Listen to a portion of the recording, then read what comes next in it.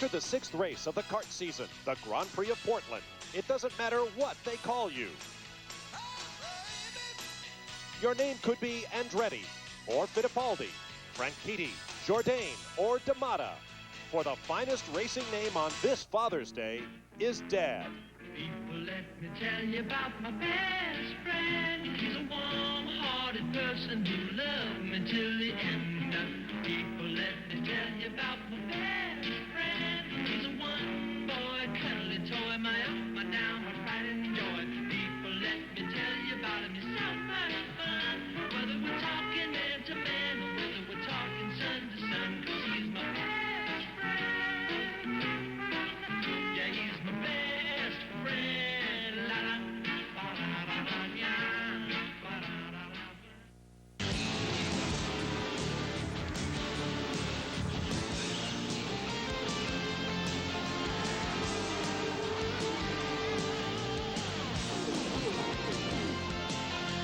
CBS Sports welcomes you to the Summer of Cars, the CBS Auto Racing Series. Today featuring round 6 of the Kart FedEx Championship. Welcome to Portland International Raceway for the Kart Grand Prix of Portland. On a cool, overcast day, there is a tradition in effect this weekend, the annual Rose Festival, Father's Day weekend, and the return of the Champ Cars for the 19th consecutive year. Moments ago, there was the field making its way around on the back of a flatbed truck to wave to the growing crowd on hand here at Portland. And among their number, one man stands tall. His nickname is Shorty, the smallest driver in the series, but arguably at this weekend, he is the hottest. Earlier, Jan Bika spoke with Cristiano D'Amata. Well, Bob, it may have taken him 64 races to get his first pole position last week, but Cristiano D'Amata has now done it 2 weeks in a row. But Cristiano, it surprises me. Father's Day from a couple of dads a long way from home on this important weekend. Now let's talk a bit about Cristiano D'Amata, Derek. Coming off a win last week, second straight pole, he is the hottest driver in the series right now, is he not? And Bob, there's a sense of fear, or at least concern with every other potential championship contender, that D'Amata, on his form that we saw today and last week at Laguna, might be about to start to dominate this championship. Tim Coffeen, his lead mechanic, I spoke to him yesterday. He said there's a sense coming through this team that we're about to feel the same type of feel that we had in the great era of Michael Andretti's great days and Nigel Mansell's great days with that team. They're strong words. Newman Haas is back at the front on the shoulders of D'Amata. Now let's talk about some of the guys who might knock him out of that position today. Well, number one has to be Kenny Brack. They paid him a lot of money to come here to Ganassi to challenge for this championship. He's not quite there yet, but he's very, very close. His teammate is Bruno Junqueira. I believe Junqueira still has the potential to be right at the front with these championships. And of course, we saw him win the Oval. Then you have Tagliani. He was very quick in the morning warm-up. In fact, he was the fastest. And of course, we all want Paul Tracy to be up there because he is Mr. Excitement. No question about it. And so is this racetrack. Portland International is synonymous with contact. In this morning's morning warm-up, Christian Fittipaldi came out of the pit lane, tagged the right rear of rookie Townsend Bell, flattening his tire. Both cars were taken back, both were checked, no damage. They will not only be in the field for today's race, they will start alongside one another when this race gets underway. Now, the real calamity quarter at Portland is turn 1, the festival curves. Back in 1998, watch the blue and white car of Greg Moore, who approached at too great a speed, bounded over the turn apex, landing on Christian Fittipaldi's car, hit in the back by Paul Tracy. In all, 9 cars involved and several out of the race before it even began. To help explain why, here's Ralph Shaheen. They call these the festival curves, but this section of racetrack is no party. It's 180 miles an hour down this long front straightaway. By the time you get to the left-hander, you've slowed all the way down to 40 miles an hour. In 2 out of the last 4 years, there have been major accidents right here on the opening lap. 20 cars involved, over half a dozen knocked out of the races before the first lap is even completed. The problem is, when do you brake? Brake too soon, you get hit from behind. Brake too late, you plow into the car in front of you. I talked to former Kart Series champion Jimmy Vasser earlier about this section of racetrack this morning, and he said you have to keep an eye out for the wild man. Where's the one guy who's going to try to make up too many spots too soon in the race? Problem is, by the time you've seen him, you've hit him. All right, thank you, Ralph. That moment awaits us. Turn 1 here at Portland International Raceway. The field is on track. We'll be back to set the grid and take the green flag. The FedEx Championship. Pre-race festivities continuing on track. Let's take a look at the starting grid. On the front row, same as a week ago in California, points leader Cristiano D'Amata and Swede Kenny Brack. On row 2, Bruno Junqueira, a winner on the oval at Motegi, Japan this year, starting next to Alex Tagliani of Canada, the fastest man in the morning warm-up. On row 3 will be the two men who collided in the pit lane this morning in warm-up, Christian Fittipaldi and Townsend Bell. Back on row 4 will be Scott Dario Franchitti. His father is here on Father's Day weekend from Scotland. He'll be next to Japanese driver Tora Takagi. On row 5 will be Paul Tracy, who suffered from electrical problems in qualifying. He'll be next to American Jimmy Vasser. On row 6 will be Scott Dixon from New Zealand, and Michael Andretti, who lost this race to his father Mario back in 1986. On row 7 will be Patrick Carpentier of Canada alongside Brazilian Tony Kanaan. On row 8, teammates Adrian Fernandez, the only driver-owner in the series, and his Japanese driver Shinji Nakano. And on row 9 will be Michel Jourdain Jr. of Mexico, second in the points championship coming in, and fellow Mexican rookie Mario Dominguez. As they continue to warm up, take a look at our race analysis. The race has been lengthened this year to 110 laps. It is a long day's work here at Portland, but there is a time limit in the event of rain, and it did rain here in the Northwest last year for this race. We will have 3 pit stops minimum. Each driver will be allowed to go a maximum of 30 laps before pitting for 4 fresh tires and fuel. The pit lane speed limit, as everywhere else, 50 miles an hour. Now, the fuel allotment is based on an estimated 1.85 miles per gallon of methanol fuel. The drivers are allotted 7 sets of tires for practice, qualifying, and the race throughout the weekend. Last year's winner, Max Pappas, has been a story this weekend. He won this race in the rain last year, but he is without a drive for today's race. Now let's take a look at the track description, Derek. It's a very technical racetrack, just under 2 miles in length. First thing you come across, 1 and 2, the festival curves. This is a very difficult, deft touch needed through here, long corners. Then a drag strip down the back straight, 180 miles an hour. On the brakes, last corner number 10, and then down past the start-finish line. 6 or 7 gears they use here. There's a look at the festival curves from overhead. We'll give you a look at our weather conditions. A very cool 65 degrees. That's the coolest it's been through 3 days of practice, qualifying, and today, race day. And we did see some raindrops a few minutes ago on the infield ponds, but we are told that there is very little chance of substantial precipitation during the rain. You are now on board with Cristiano D'Amata, who briefly stalled before getting up to speed for the warm-up laps. Now here's Bruno Junqueira with the Target Chip Ganassi operation. This is Dario Franchitti from Team Cool Green, wearing our visor cam, giving you a terrific view exactly what the driver sees. The same for Tora Takagi in the Pioneer Denso car for Derek Walker Racing. This is Shinji Nakano with the camera atop his roll hoop. Fernandez racing Honda Lola. Cars on the backstretch now, coming up side by side, 2 by 2. They will face the flag. And the front stretch here at Portland International Raceway is a drag strip, a quarter-mile drag race to the green flag. It's got to be very taxing for the drivers, Derek. Exactly, and it presents a huge problem because wait till you see here from our long shot. They will be 3 and probably 4 abreast as they fan out on the run to the brake zone, which funnels down and gets really difficult. Now, Brack cannot let D'Amata off the hook here. Ooh, a little sloppy off turn 12. Yellow, Chris. Yellow start. No, yellow. They will wave it off, as the drivers were told they would if it was not clean 2 by 2 side by side. Exactly. D'Amata hit the power coming out of the last corner, and Kenny Brack was already behind. And you know what? Kenny pulled in to slipstream him, and Jim Swinthal at the driver's briefing this morning told them, if you're not side by side, I will not throw that green flag. Jim Swinthal is CART's official starter. You hear race control talking with the flag stand. And the team's talking with their drivers. They need to be side by side. Now, Bob, you mentioned earlier the cooler conditions. This could play into the hands, or at least assist, the Reynard teams. Cooler conditions develops more downforce, and the Reynard, certainly in hot weather conditions, does not generate the type of downforce that the Lola does. And lo and behold, in this morning's warm-up, Alex Tagliani and Tora Takagi in Reynards were first and second fastest. So we'll try it all again, but this lap will count toward the 110 lap total, and the race clock is running quickly to Ralph Sheheen. Well, there's a story developing down here on pit road, Bob. Bridgestone supplies all the tires to the CART FedEx teams. Now, over the course of the weekend, they come around with a tire pyrometer like this and check the tire temperatures after every time the cars come in off the racetrack. An inexperienced tire technician from Bridgestone poked a little too deep on some of the tires from the Ganassi team. The Target team got 4 new sets of tires this morning. Newman Haas is not happy. Oh my goodness. Once again, off turn 12 they come, looking a little better organized this time. No, Yellow, Chris. again, Don't start. yellow. Yellow flag.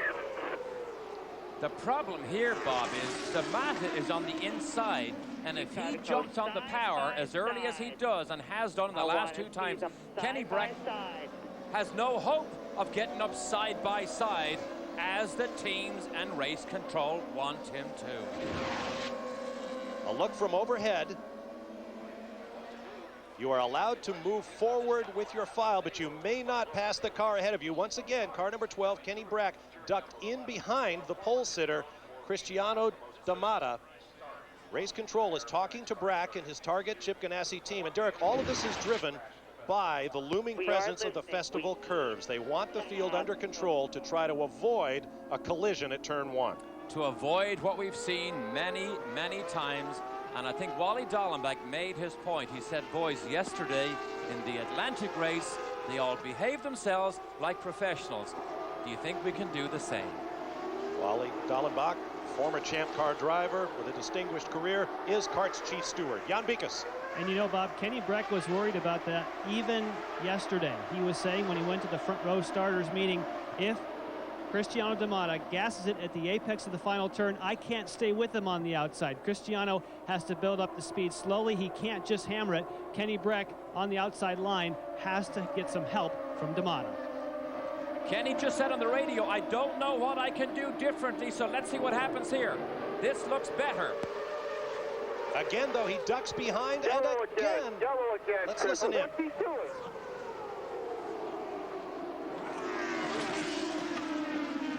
Control, it's very simple. The 12 car, all we have to do is stay in line, and we can go racing today. The 12 car is Kenny Brack. They're saying Kenny has to stay in line. As soon as he ducks in behind Damata, it just looks wrong. And fair play to Jim Swintal, Bob. He is sticking to his guns. This is what he said he would do, and he is doing it. So we'll try it all again after another lap around this 1.969-mile racetrack. I imagine there are some earnest conversations going on up and down the pit lane between the pit marshals and the teams. Now, word from race control is that Chief Steward Wally Dallenbach has said this is the last chance. If we do not go green, they will black flag car number 12 if he doesn't stay next to the pole sitter, Damata. Ralph Sheheen. Mike Hall is the man calling the race for Kenny Brack, and he's talking to Kenny right now on the radio. See if we can get a quick word with him. He's still trying to talk back and forth to Kenny. Mike, what do you? He's talking the race to Kenny. They're getting ready to go green. I imagine this is a pretty nervous moment for the Target Chip Ganassi crew. Once again, the red and white number 12 of Kenny Brack from Sweden, and the black chevron number 6 of Cristiano Damata come off the turn, down the front stretch they come. Oh, he did it again, but this time we go green. Look at this. Oh, he's trying to squeeze down the inside bar for the festival. Damata has to give the corner. And look at Alex Tagliani in the blue and white Forsyth car, moving into third. Look at Townsend Bell, missed it completely. And that's what we feared. One of the Target cars. Adrian Fernandez in the green and orange Takate car. Takagi. Torin Takagi from Walker. That is Scott Dixon in the Target car. So 3 cars involved in a collision at the second of the 3 corners that make up the festival curves. A very brave effort by Kenny Brack to come down the inside. You see Takagi just furious, wants to get himself going here. But a brave move by Kenny Brack to stick it out with Damata, and he did make it down the inside. Takagi back underway again. If there's no damage here, he could still be okay. What he will do now, Bob, is consider coming out of sequence for these pit stops, as will Adrian Fernandez, if I can just fire him up. Down in first gear, drop the clutch, no gas. The engine comes to life, and away goes Adrian Fernandez. So 2 of the 3 cars are now back on the move. Here's another look at the start. Okay, watch Brack. Brack ducks out. Here he is right here. Now in the brake zone, he ducks down right here. Good job so far. So D'Amata now lets him go. But behind him, who was that came down the inside? Was that Takagi? That looks like Takagi's red and white car. Takagi knew he could not make the left-hander, drove over the grass. Kenny Brack on the right side. Now watch this in the brake zone. In the brake zone, there goes Kenny down the inside. Now he's clear. He's clear. Great braking move by Kenny Brack. There's Townsend Bell. There he goes. Missed it completely. Second car missed it completely. Now here's Takagi. Look. Over the curb. He's going to T-bone somebody right there. In fact, there's 2 separate incidents. On board with Takagi. Sort of a slow version of what happened to Greg Moore back in '98. Okay, watch Takagi now head to the grass. On the grass, over the curb. Now he knows he's going to T-bone somebody. Oh, he can't stop. Boom! He catches Dixon. Dixon was the innocent bystander. I'm not sure how Fernandez got involved in that, but Dixon was definitely mugged from behind. Several cars off on the outside, too, to Ralph Shaheen. Well, Mike Halsman calls the race strategy for Kenny Brack. He had a busy opening to this one. Now you got him where you wanted him, but what was the problem? Why was it taking so long to get this thing green? Well, I think the reason is his kart's got a fantastic field of people, quality competitors to start with.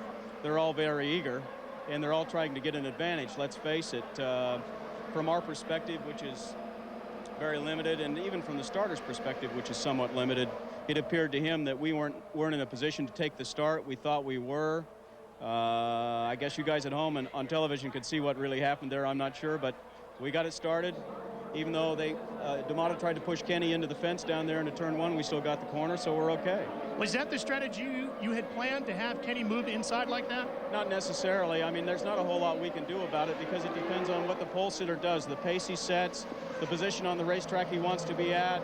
It's very difficult at Portland because if you're on the outside like Kenny is, the pole sitter can force him out, which puts him out in the gray and causes a lot of problems for him. So he just had to get a good start. He got a good start because that's the kind of guy he is, and we got a long way to go today. So let's just see what happens here. There was a big cheer from the Target crew when the green came out, not because the flag was waving, but because Kenny got to turn 1 first. We are under caution. The 2 cars, Fernandez and Takagi, as well as Scott Dixon, all 3 cars involved in the contretemps, head for the pits. Dixon for nose work. Let's take another look at that start from the inside of turn 1.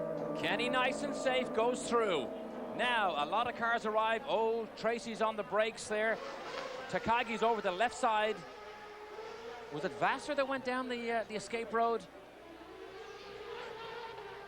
Yeah, there he T-bones him. There's somebody else, Tracy, off on the outside on the grass. Now, where is Townsend Bell? We saw him completely miss it. So Bell goes back to where on the grid?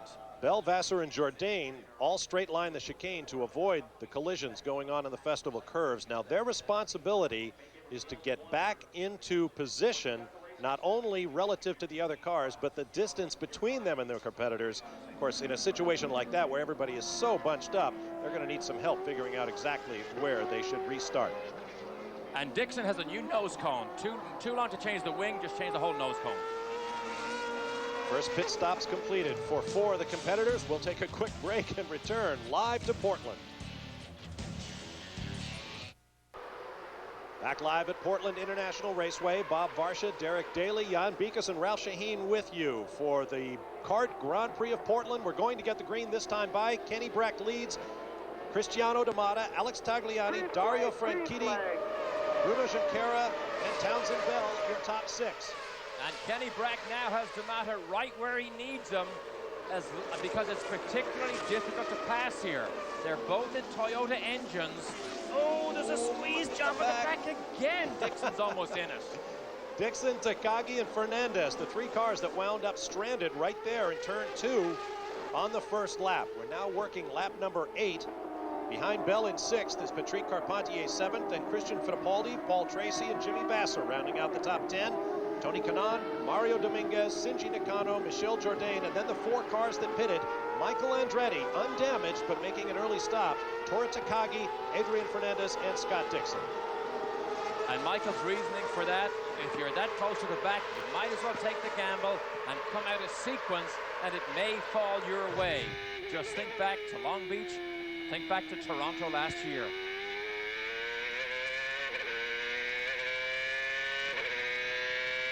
Engine scream to 16,700.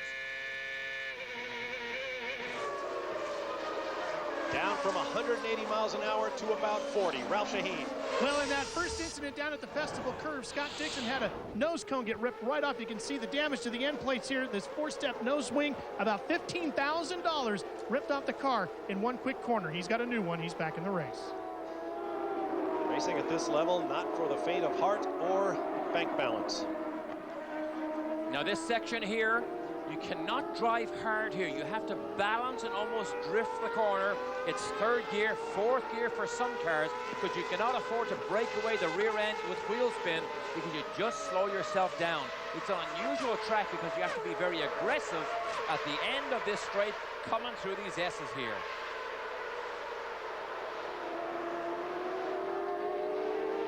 And the turn opens up. On board with Dario Franchitti. And this will give you an idea just how bumpy these road tracks can be. He's had bounce in the braking.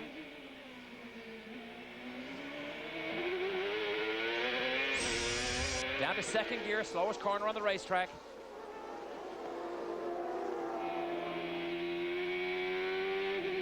Now, this is where he's using a high gear. See, now down changes. The high gear so as you don't break those rear wheels away, despite the fact that they have traction control.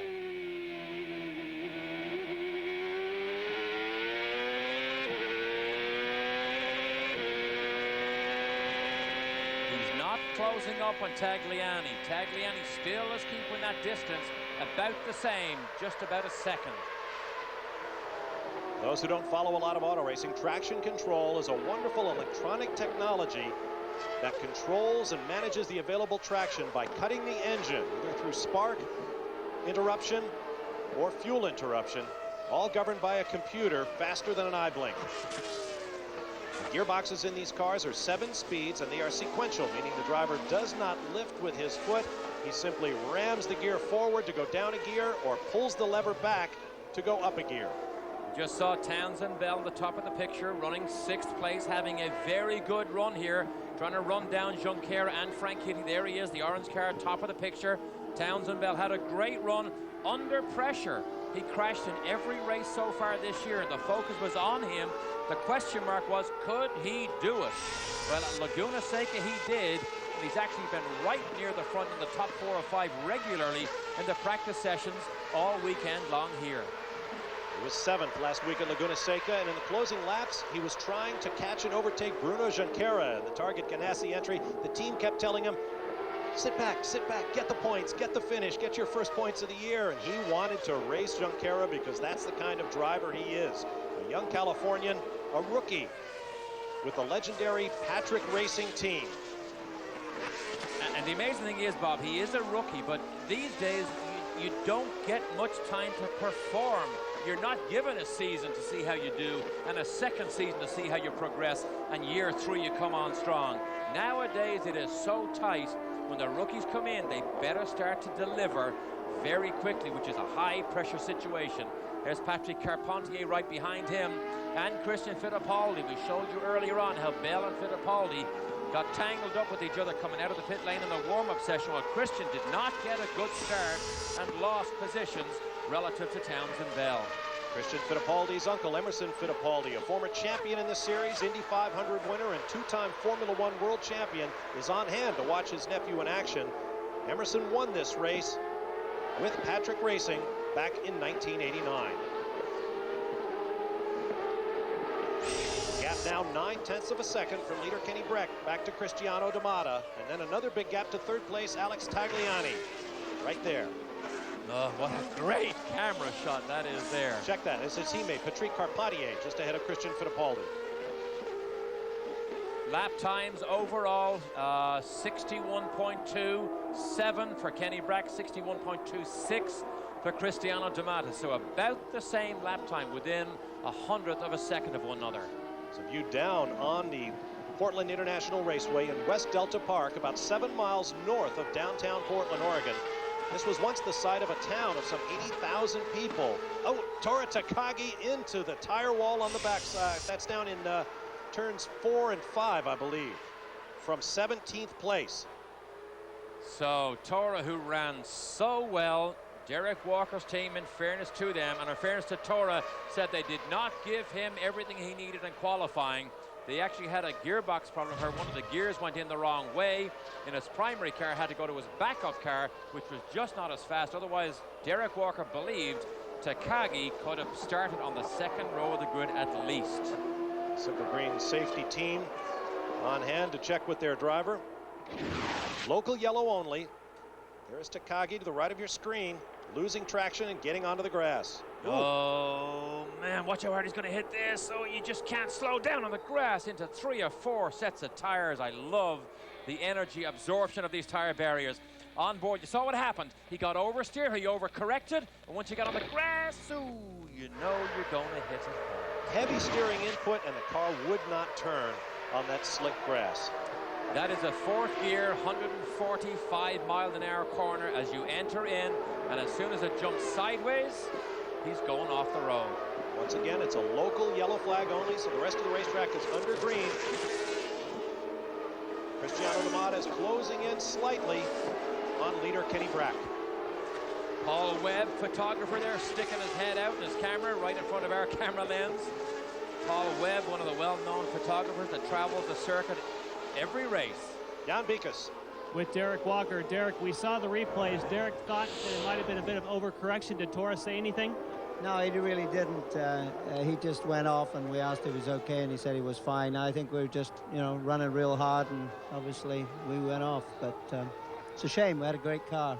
Now, you were hoping to have a better result in qualifying. What was the problem with the primary car yesterday?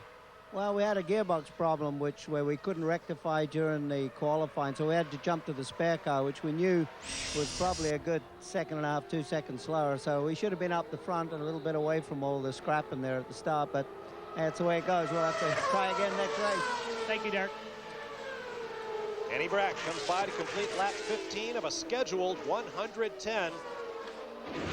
Let's take another look at what happened to Tora Takagi. Now watch what happens in the brake zone. Watch his steering right here. Look, there you go. See that big correction? That's it. As soon as he made the correction, he now runs out of road. He's on the grass, and he is on a one-way rocket ride to the tire wall. In case you're wondering why he didn't lock up the tires, number one, it wouldn't have taken any brake pressure at all. And number two, when you do that, the fronts lock up, you have no steering, as bad as it might be on the grass anyway. There is Cristiano Damata just ahead of him, the red and white Target Lola of Kenny Brack of Sweden. And Cristiano knows at this stage that he actually is not quicker than Kenny, so he has to follow him, hope Kenny makes a mistake, hope Kenny gets into traffic, or begin to sense that hopefully his pit crew can get him out ahead. Now, coincidentally, they're pitted right next door to each other, right outside our window here. Well, that should lead to some pretty intriguing pit stops. You can be sure these guys will run the full 30-lap distance before they have to pit. There is Alex Tagliani, Jan Bikus.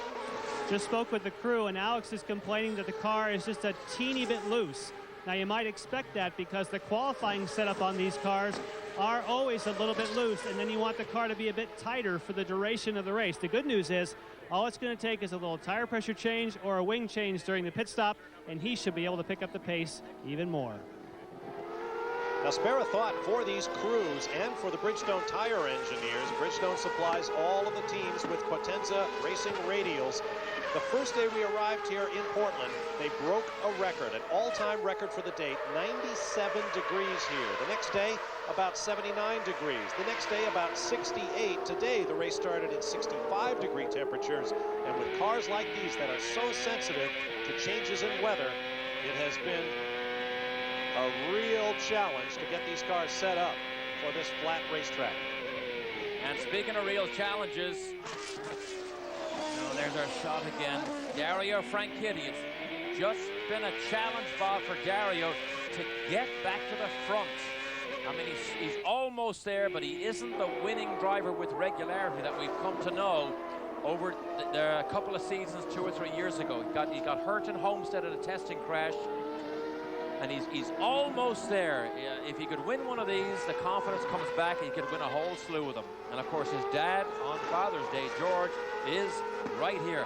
His dad has some remarkable record. I believe he's only missed 2 races in Dario's whole career. Not 2 races in a year, in his whole career. Going all the way back to go-karts. Of course, his wife, the actress Ashley Judd, is also here. In fact, she rarely misses a race. Turn those left side wheels off. On to the front stretch. Now this is our pedal cam. You're watching the right foot of Dario Franchitti, who's got the throttle buried. Now to the brake. To the right of the screen is the steering column. You see that bolt flipping backward and forward as he steers. Now watch him as he gear changes, because what we'll try and show you is the old adage of heel toe actually is a misnomer. It's ball of the foot, side of the foot. Watch him keep it flat. There's his gear change. There's another one. No lifting. As soon as he pulls that gear lever, a little electronic sensor cuts the spark and momentarily closes the butterfly. What's this?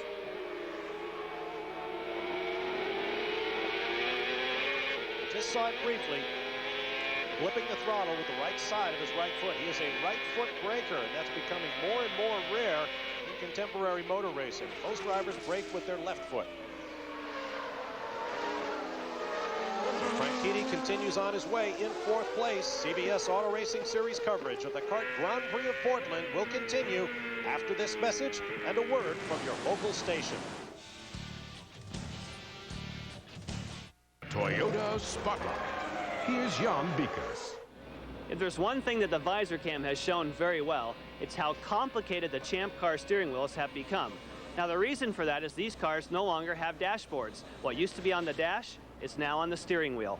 At the very top you have the shift lights that show the drivers when to shift, your gear position. During the race you would have your speed, your lap time, your oil temperature, your map page, and then your miles per gallon. Now the buttons you use, first of all, you can change the page to whatever display you'd like here. You can do your fuel mixture, your traction control, your boost control, a weight checker which does the suspension, a pit speed limiter, and an overtake button. Now that may seem like a whole lot of buttons and things to keep track of, but like touch typing, once you learn the positions of the buttons, it's almost automatic. Yes, it is, and in fact, that's the EFI system. It also has 2 more buttons on the back of the wheel that he uses with his fingers right here and here. One is for the radio, and one is for a drink, should he want it. The steering wheels are very, very highly customized for each driver, and they are very, very expensive. Kenny Brack continues to lead Cristiano D'Amato. Right now, we're pleased to welcome to the booth, well, I shouldn't say that actually. In the booth with us right now is the defending champion of the Grand Prix of Portland, Max Papis. Won the race a year ago with Team Rahal. This year driving with Sigma Autosport. I say I'm not pleased because I'd rather see you out there. Why are you not in the race? You know, unfortunately, it's a great disappointment for all my race fans. You know, I came over here to defend my race win from last year. But there are circumstances completely out of my control that prevented Sigma to put the car out there. Max, it was nice to see you at least in the pace car with Emerson Fittipaldi. So as we go forward, Chicago is the team's hometown. Do you sense that we may see you in that car in Chicago?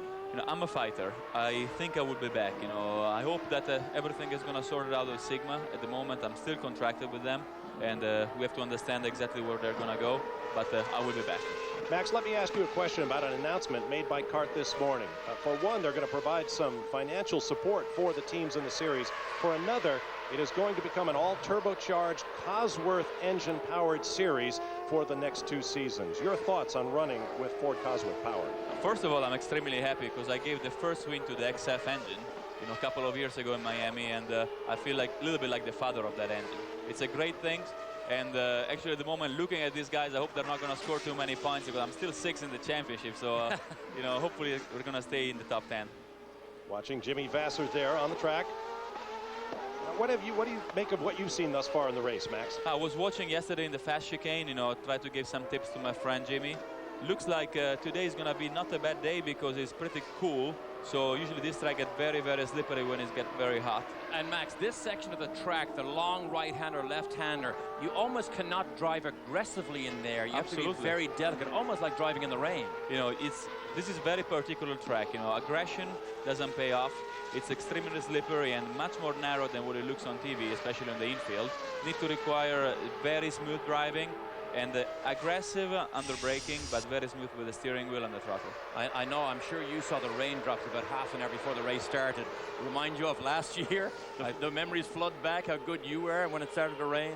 I remember every corner of my win from last year, every gear shift. It was very special, and you know, it's kind of you know, it's very strange feeling for me to watch these guys racing, because I feel I belong there, and I belong in front. You know, this is a very, very interesting battle. You know, looks like Christian is saving fuel, and at the moment is kind of the moment of the race where everyone is really watching and preserving their tire, and they're going to push really hard, 5 laps before getting into their pit window. And at the moment it's just still an observing situation when you don't know if you want to push too hard, you know, because you want to save fuel, you want to save your tire, but you don't want to lose contact with the guys in front. As you look at Paul Tracy here, he just radioed in that his car is... I actually can't tell you what he said, but you can imagine what Paul Tracy said. He's not that happy with the handling of his car right I tell you, now. Paul, I saw him driving yesterday, and you know, he was really all over the places. He has an unbelievable car control. Okay, we're just a couple of laps from the mandatory pit stop for all of the front runners. We want to thank Mad Max Pappas, and we hope to see you back on track very soon. You can count on that, guys. Okay, thank you. Max, thank you. 26 laps complete. Working lap 27 of 110. It'll remain to be seen whether the 3 attempts it took to get this race started will force us to go up against the timed maximum of 2 hours and 10 minutes. Here comes Adrian Fernandez, up to 14th after being involved in that turn 2 schmozzle that put him toward Takagi, who's now out of the race, and Scott Dixon at the back of the field. As you watch Michael Andretti here now, to give you a bit of an insight of what he's going to try and do here. He's going to try and do what he did at Long Beach and at Toronto. He pitted on lap 5, which means he will go 5 laps further than the rest of the field when the front runners come in. Now, why did he do that? Well, A, he wasn't at the back of the field. Hopefully he'll get free track space to run unencumbered. And when they run in and fill full of fuel, hopefully he'll have 5 more laps of a light fuel load to just either pull away or close the gap, which would be a better situation as this race plays out if he stayed in line and did not take the gamble. But the key to these gambles, you have to be fast when you're by yourself. And there's the 3 boys right there who took the gamble. That's right, Fernandez, Andretti, and Dixon. Down in the festival curves, Michael Andretti trying to go around Shinji Nakano and does it. And Fernandez gets under his teammate as well and passes Andretti. A great bit of opportunistic driving by Adrian Fernandez. Wow, not to mention Michael, because Shinji had actually pulled the pass off on the right-hander, and Michael didn't give it up. He stayed in it and stuck his nose right at the left-hander, and Shinji had to put his hands up and say, I surrender, and Adrian took advantage. Great racing. Next lap will be 30, and all of the leading cars will have to come in. That is Don Halliday, the Australian-born co-owner of Adrian Fernandez's car, on the radio to him, just telling him what they're going to do in the pit stop. Now it's a bit of cat and mouse here, because Kenny Brack has just broken into the 60-second range, 60.9, and the best lap for D'Amata is a 61 flat. So they're about the same speed, but Kenny Brack beginning to show, as we said at the top of the show, he's not gonna hit this lap. 4 tires and fuel. Coming in. If you don't stop D'Amata, he has the chance to run away with this championship. Good job, Kenny Brack. Brack's fast lap of the race, almost exactly 2 seconds slower than the lap he turned to put him second on the grid for this race. So these guys are going very, very quickly. Pit stops coming up. 4 tire change and fuel. And the chances are these boys are going to come down the pit lane together. They're going to stop every crew member. They're getting ready right here, but each crew member is going to eyeball each team to see can D'Amata pass Kenny Brack in the pits. The top 12 cars must pit this time by. It's going to be exciting. It's going to be dramatic. And let's hope it's not expensive. It is hear 'em, scare 'em time sometimes. And it is a 50-mile-an-hour limit. There goes Kenny. There goes D'Amata. Move back, because this is all action. Now it's in the hands of the pit crews. Nice clean stop, guys. Go around Kevin, Chris. Go around Kevin and hit your Ralph mark. Shaheen up first. Kenny Brack will come make his way down pit road at the mandatory speed limit of 50 miles an hour. He comes to a stop. Dave Higuera, the crew chief, goes to work on the outside front. On the inside is Wayne Westblake. Everything is set to go. He's been just complaining of about a little bit of oversteer. They're done, and he is away. Kenny Brack is on his way back out under the cores. Alex Tagliani now at 9 seconds. That was almost got his teammate on the way out. A nice stop for Tagliani, and he got a front wing adjustment. So Kenny Brack gets back out in front of Cristiano D'Amata the way they came in. Here comes Alex Tagliani, followed by Bruno Junqueira, Dario Franchitti, and Townsend Bell. Lost a lot. What's that blue smoke from? Someone locked him up down into the festival curves.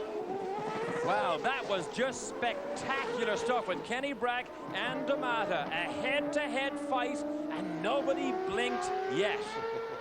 Wow. Oh, it's such a relief from a driver's point of view when you go into the pit stop and it all goes well and you come out and you still see you didn't lose anything. It's phew, I made it. Now, Michael Andretti, Adrian Fernandez, and Scott Dixon were hoping to make up as much ground as they could. Remember, they stopped earlier. D'Amata, as we watch Paul Tracy exiting the Team Green pit. Watch Jimmy Vasser in the yellow shell car coming out just ahead of him. Oh, Vasser gets sideways in the pit lane. Oh. I almost bet Jimmy tried to beat Paul, dump the clutch too much, and you know what? He almost spun in that pit lane. Incredibly dangerous in a very crowded pit lane. Now Brack resumes in the race lead as you look at Paul Tracy, who picked up the win on the Milwaukee Mile with a very aggressive start 2 weeks ago. Cristiano D'Amata is second, Junqueira third, Tagliani fourth, then Franchitti, Bell, and then the drivers hoping to make up ground, and they did. Adrian Fernandez now seventh, Michael Andretti is eighth, and Scott Dixon is ninth. Ralph Shaheen. Bob, the pit stop for Cristiano D'Amata was nothing but fuel and 4 tires. He's good to go. Very happy with the handling of his car. Now, Bob, you mentioned the drivers who took the gamble. Michael Andretti is up to 8th place. He now has 5 laps to run on light fuel while these boys are on heavy fuel, trying to just make up a tiny bit of time on the racetrack, and then he peels off. And here they come. Watch that batch behind the yellow and white car of Townsend Bell. There is Fernandez going around.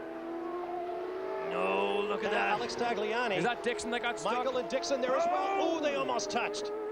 Man, Tag almost got tagged by Dixon, who could not afford to back off because he didn't want to lose touch with Michael. And that brings up your point, Derek. They are on light fuel load. They are on hot tires. The rest of the drivers are on cold or relatively cold Bridgestone, not up to operating temperature yet. And you saw the difference it makes. Fernandez, Michael, and Dixon just scything through the field. Michael is a master at this. If he doesn't qualify up towards the front, he will take the gamble, and he's a master in traffic. He's very aggressive, has never lost any of that aggressiveness in the Motorola car. A 3-time winner of this race, Michael Andretti. Oh, Christian Fittipaldi is into the tire wall. And Tracy. And that's Paul Tracy's car off as well. Michael just lost 2 competitors that were running ahead of him. This is in turns 4, 5, and 6. Oh, Paul. Bent left front suspension for Tracy. I don't know what happened, but I won't guess yet. But when you have damage to the left front, Paul Tracy, he was not happy with the handling of the car. Let's have a look yellow once again. Well, first the replay. Paul sticks his nose down inside Christian. Not enough room, or Christian didn't see him. He comes across. Pretty much that's hub the to hub. impact. Now CART has established, in response to an incident a week ago in California, safe havens, they're called, around the racetrack, where a driver with a mechanical problem is expected to take his car in order to avoid causing a yellow or even a red flag situation. Tracy has chosen to try to bring his car back to the pits. Now Paul comes down the inside. You know what? Paul has this move made. You know what?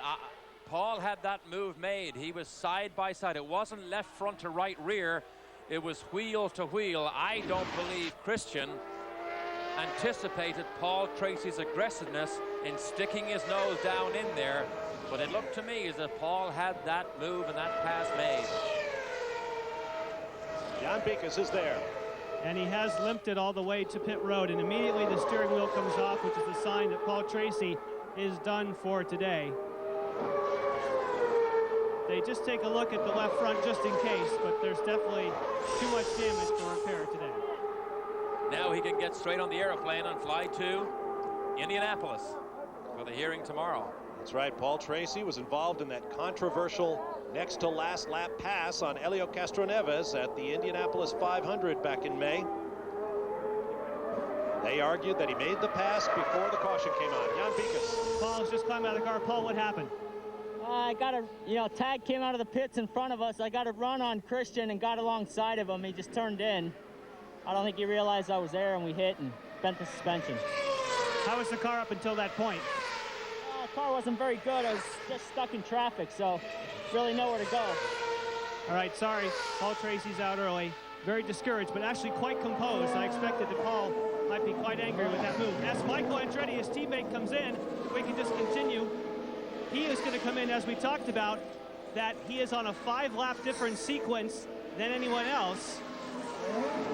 They made a front wing change on the car and a routine stop for Michael Andretti, but out of sequence. Now, had that accident with Paul Tracy happened and he caught a yellow, that would have really been a benefit for Michael Andretti. And Jan, to continue that thought, when the leaders come in again, he has 5 more laps to catch a yellow, so there is still potential for this gamble to pay off. Wow, look at this. I mean, a tire smoke. These tires are so cold in the brake zone for this festival curve. Boy, that almost looks like a flat spot potential right there. There's Christian Fittipaldi, who had the collision with Paul Tracy. He got the bump start from the safety crew, and the car looks all right. He'll obviously pit. We'll have to wait and see what happens. You know, with Jan's interview of Paul Tracy, from a driver's point of view, Track rod. Get it here. they're going to change the track rod if necessary, which is the steering arm.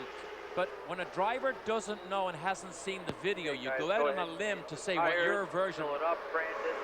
Norm, your tire change, get back over the wall. There's the track rod. See it bent right there. To look at the front suspension.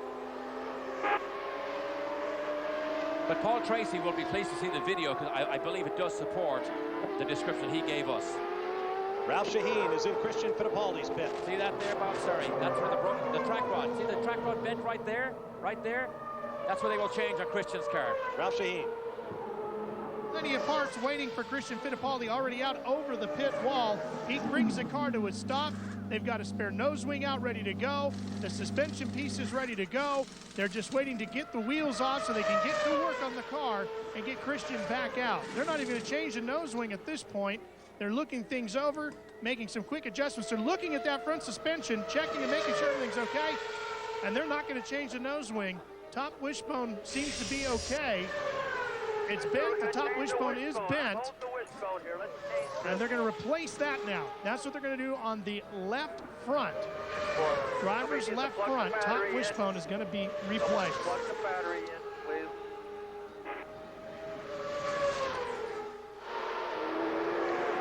Back out on the racetrack. You saw, in addition to Michael Andretti, Adrian Fernandez and Scott Dixon all pitted. Getting back to Paul Tracy's story, he was ruled to have finished second, not having completed the pass on Helio Castroneves to win the Indy 500. Team Green appealed. That appeal was denied, and their protest was denied. They then appealed. That appeal will be heard tomorrow, and that's where Paul Tracy is headed right about now, I guess. Tough break for Christian Fittipaldi, who came into this weekend third in the championship behind Cristiano Damata and Michel Jourdain Jr. We'll be right back to Portland. FedEx presents Grand Prix of Portland.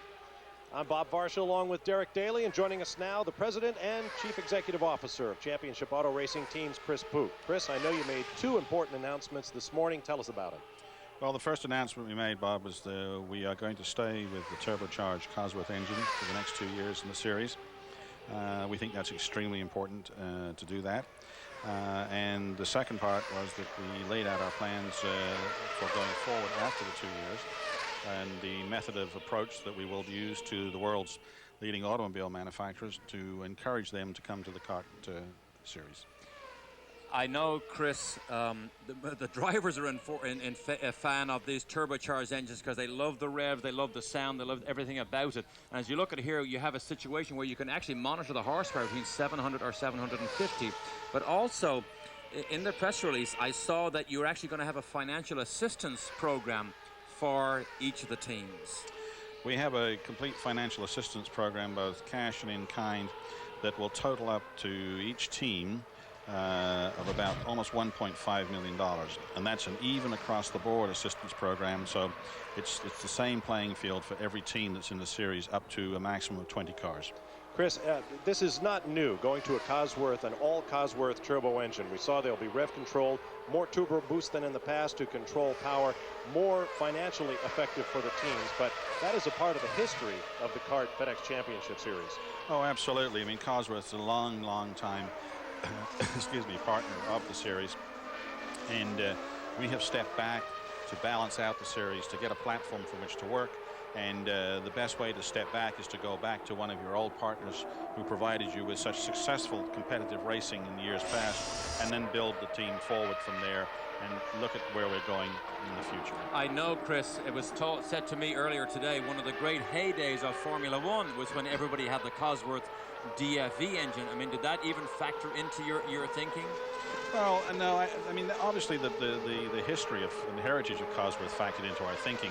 But what really made us think long and hard was the relationship that Cosworth had with this series, because at one time they were our only engine in the series, and we had the most competitive and most compelling racing with Cosworth in days past. Chris, your defending champion of this race, Max Papis, is not in the race. I know you've been following that situation closely. Fans out there might be wondering, why doesn't CART do something to get a personality like Mad Max back into the race? What's your comment? Bob, that's a very delicate issue. Which team do you help? Which driver do you help? Which driver you don't help? We want to have a very balanced playing field here. And I think if we went forward with that now, we would be sending a wrong message to the future. The future message to all teams that want to participate in CART is it's an even, balanced playing field. Racy Christian Fittipaldi, repairs complete. He is back on track. No doubt checking that left front suspension through the festival curves. He will be well back in the field, but it is not out of the realm of possibility that he could score championship points in today's race, depending on what happens to the cars ahead of him on track. The race leader remains Kenny Brack, followed closely by that black Chevron car from Newman Haas Racing, Cristiano D'Amata, and they are working slower traffic now, so this will be a fight to watch. And one of the slower pieces of traffic, of course, is his teammate Scott Dixon, who's embroiled in this fight with Michael Andretti. Now, they are out of sequence on the pit stops. We know that. So Scott Dixon is now going to have an interesting situation. Does he move over, potentially lose touch with Michael Andretti, his battle on the field, or does he support his teammate Kenny Brack, still looking for his first win of the season? We're talking with CART President and CEO Chris Pook. Chris, we hear a lot of talk about the 2003 schedule. I know there was a lot of unhappiness, I think it's fair to say, with this year's schedule. What can you tell us about where we'll be going in 2003? Well, I think we're going to be going to basically the same markets that we were in this year, but what we're doing is creating a balance. We're working with each of our promoters to make sure we find a date that's conducive to them, that their public is used to, but at the same time create balance in the travel schedule for all the teams, and that in turn will bring down costs. Chris, I know Emerson Fittipaldi is here as part of the international television broadcast to Brazil. Emerson told us that the Brazilian race will be back on the schedule in 2004. He did. He did. Did he tell you? News to you? Hasn't told me yet. Yeah. Of course, Emerson, it was always part of the promotion of the event in Brazil, and really is behind getting CART back there. Well, I mean, obviously Brazil plays a very major part in the role at CART. I mean, we've got so many Brazilian drivers that are so good, and Emerson obviously is part of the heritage of CART. So And we respect what Emerson would like to do, and I think that we'll take a look at that. But, you know, what we have to first address is 2003. Right. And that's the first priority. And then we'll look at 2004 onwards. It's always good to have people want you to come and race before their crowds. Chris Poop, we want to thank you very much for taking the time to talk with us. We'll get back to the action here in the CART Grand Prix of Portland. Thank you, sir. I will say, Bob, if Emerson didn't tell Chris, he's making a mistake, because Chris Pook is very much the boss. Although he acts on behalf of these teams, the sense is now that he is the man in charge, in control, and he is making the decisions that is going to take CART forward. If you're just joining us, welcome to Portland International Raceway, round 6 of the CART FedEx Championship Series. After 3 aborted attempts to get this race underway due to congestion down in the festival turns, finally got the race started. But pole sitter Cristiano D'Amata was passed in turn 1 by Kenny Brack with Target Chip Ganassi Racing, and that's the way those two run on track right now. Brack leading, Cristiano D'Amata trying to close up. I'm Bob Barsha with Derek Daly, Ralph Sheheen, and Jan Bikus. Glad to have you with us in Portland. And we have a great one. Kenny Brack told us right after the morning warm-up, I have to beat D'Amata into the first corner of the festival curves if I'm to have a chance here. He did exactly that, and now they've played cat and mouse back and forth with the fastest lap of the race, but D'Amata does not have more speed than Kenny Brack.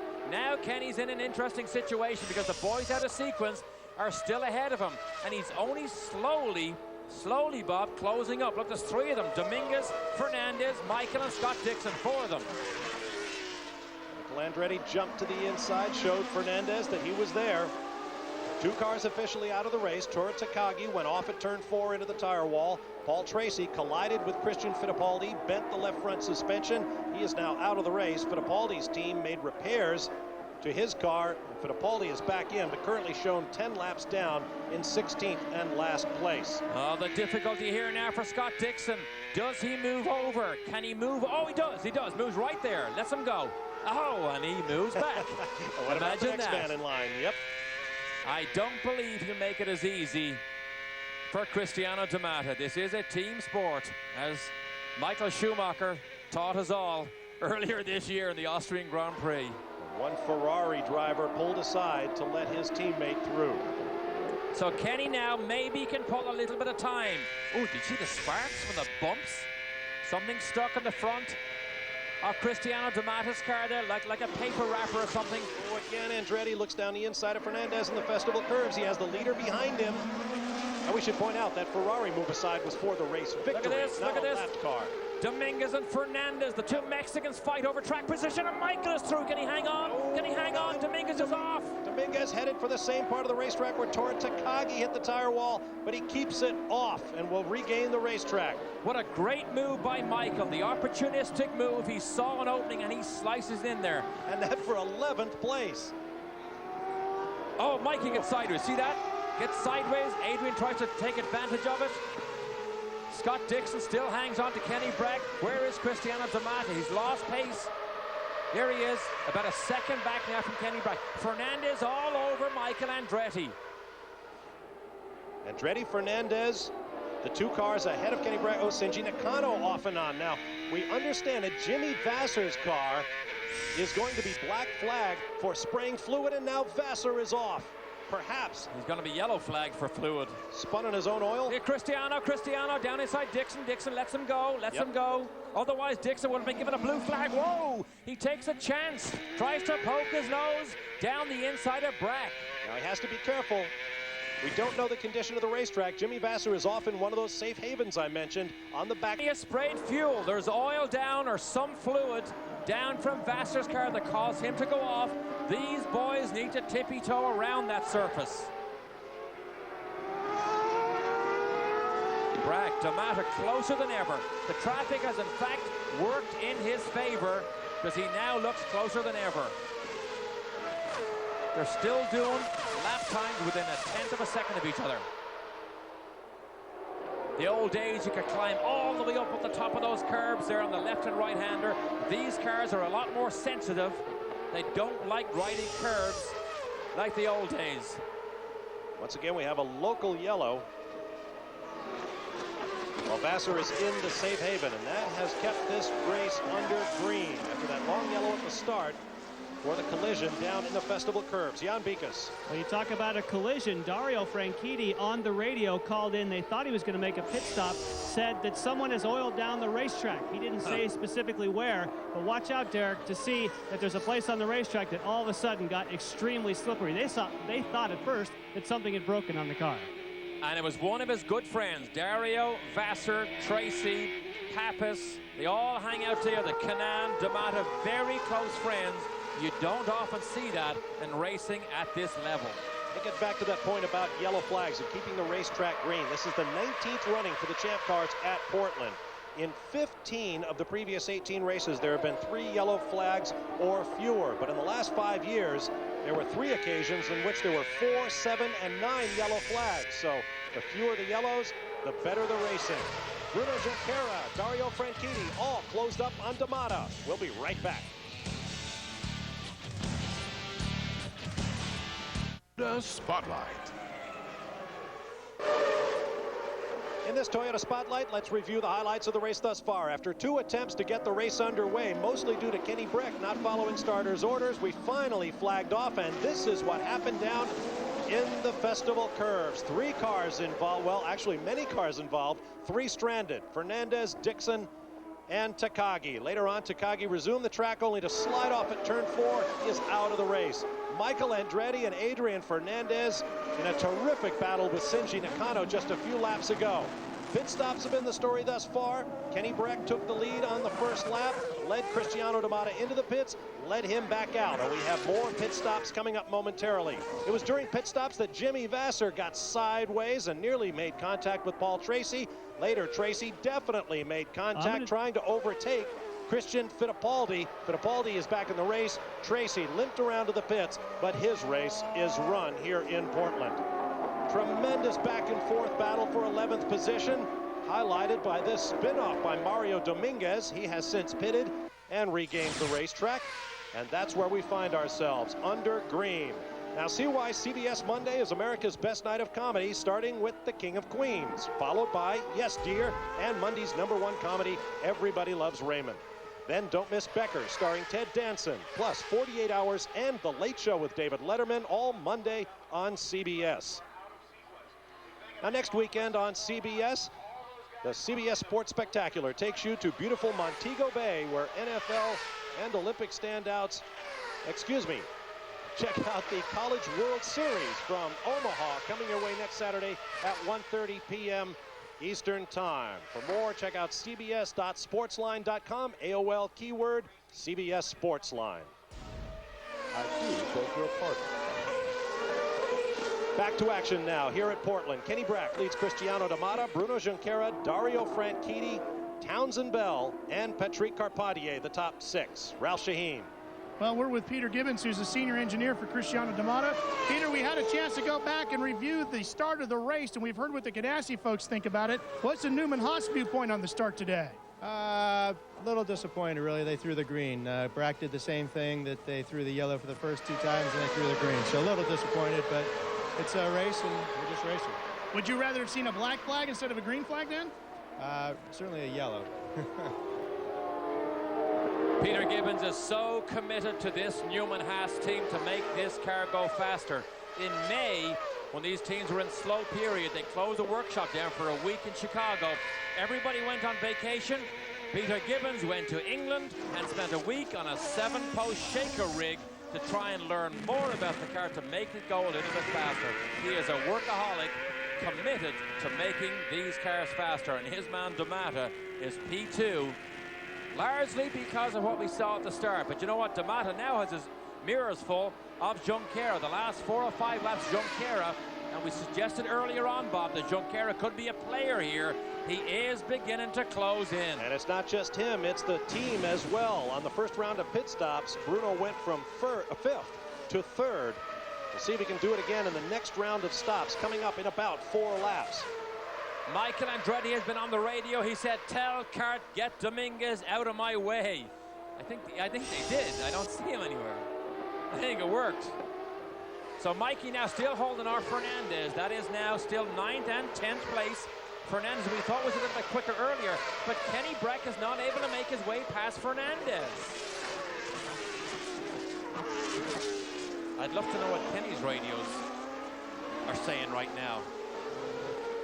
Brack is usually fairly quiet on the radio. As you look at Michael Andretti, his car number 39, matching his age, leads active drivers in victories, leads all-time drivers in starts and laps led. And you know what? In 2 laps, he's going to be in the pits, and we're going to start this scramble all over again, because these 3 boys are going to come down the pit lane, as will most of these leaders, in just over...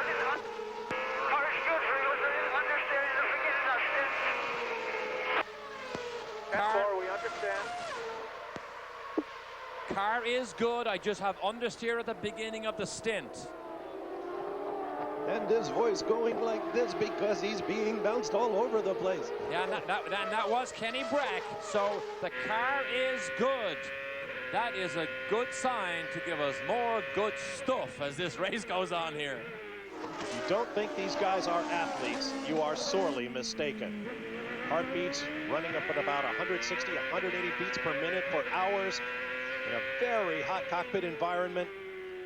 Very difficult race cars to control. No power steering on these machines. Junqueira, Chip Ganassi is not here. He is in Michigan at the NASCAR race. His boys are doing an exceptional job, led by Mike Hull. When he is not here, the team brought 45 people here to challenge this man and this team, the Newman Haas team. Ganassi have not quite been the team that we've seen in the past. But you know what? They could well be. Junqueira won at Motegi. If Brack can pull it off today, they will be back on song. Jan Bikus is standing by with George Franchitti, whose son Dario is running 4th. Yes, and he started 7th today, 7th to 4th. He's trying to give you a Father's Day gift, but in a couple laps here, you're going to be involved in the pit stop. What are your duties? I hand him over his drinks bottle. Even just the drink bottle, is it something when you start to get the anticipation, just like the crew when the pit stop's coming? Oh, yes, I get just as excited as they do, probably more. Now, Dario was very gracious. He said that he could never have got into racing and where he is today without you. How did you help him in his early days? I took him karting and financed all the financed everything through from early days to when he joined Mercedes. All right, I know you're also getting anxious because it's going to be a lap or two. Get your drink pole, get him to drink water. And by the way, guys, he gets to double dip. There's a different day for Father's Day in Scotland. Absolutely, and I'll just tell you, George Franchitti, sorry, actually, it's still amazing when people tune into television and hear Dario Franchitti begin to talk in that thick Scottish brogue. But in 1976, I raced Formula Fords in England for the Hawk Company against people like George Franchitti. Yes, here we go, boys. Hear him, scare him time. Stand back. Yourself, my friend. Look at this. Clear approach. Top 3 cars right there in your picture. Ralph Hit your Shaheen. mark. Hit your mark.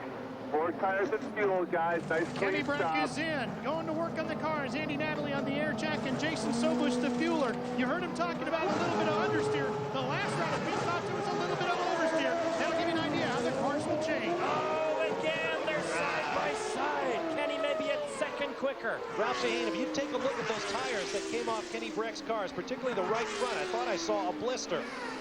Let me know what you can find out. Oh, Kenny's in trouble.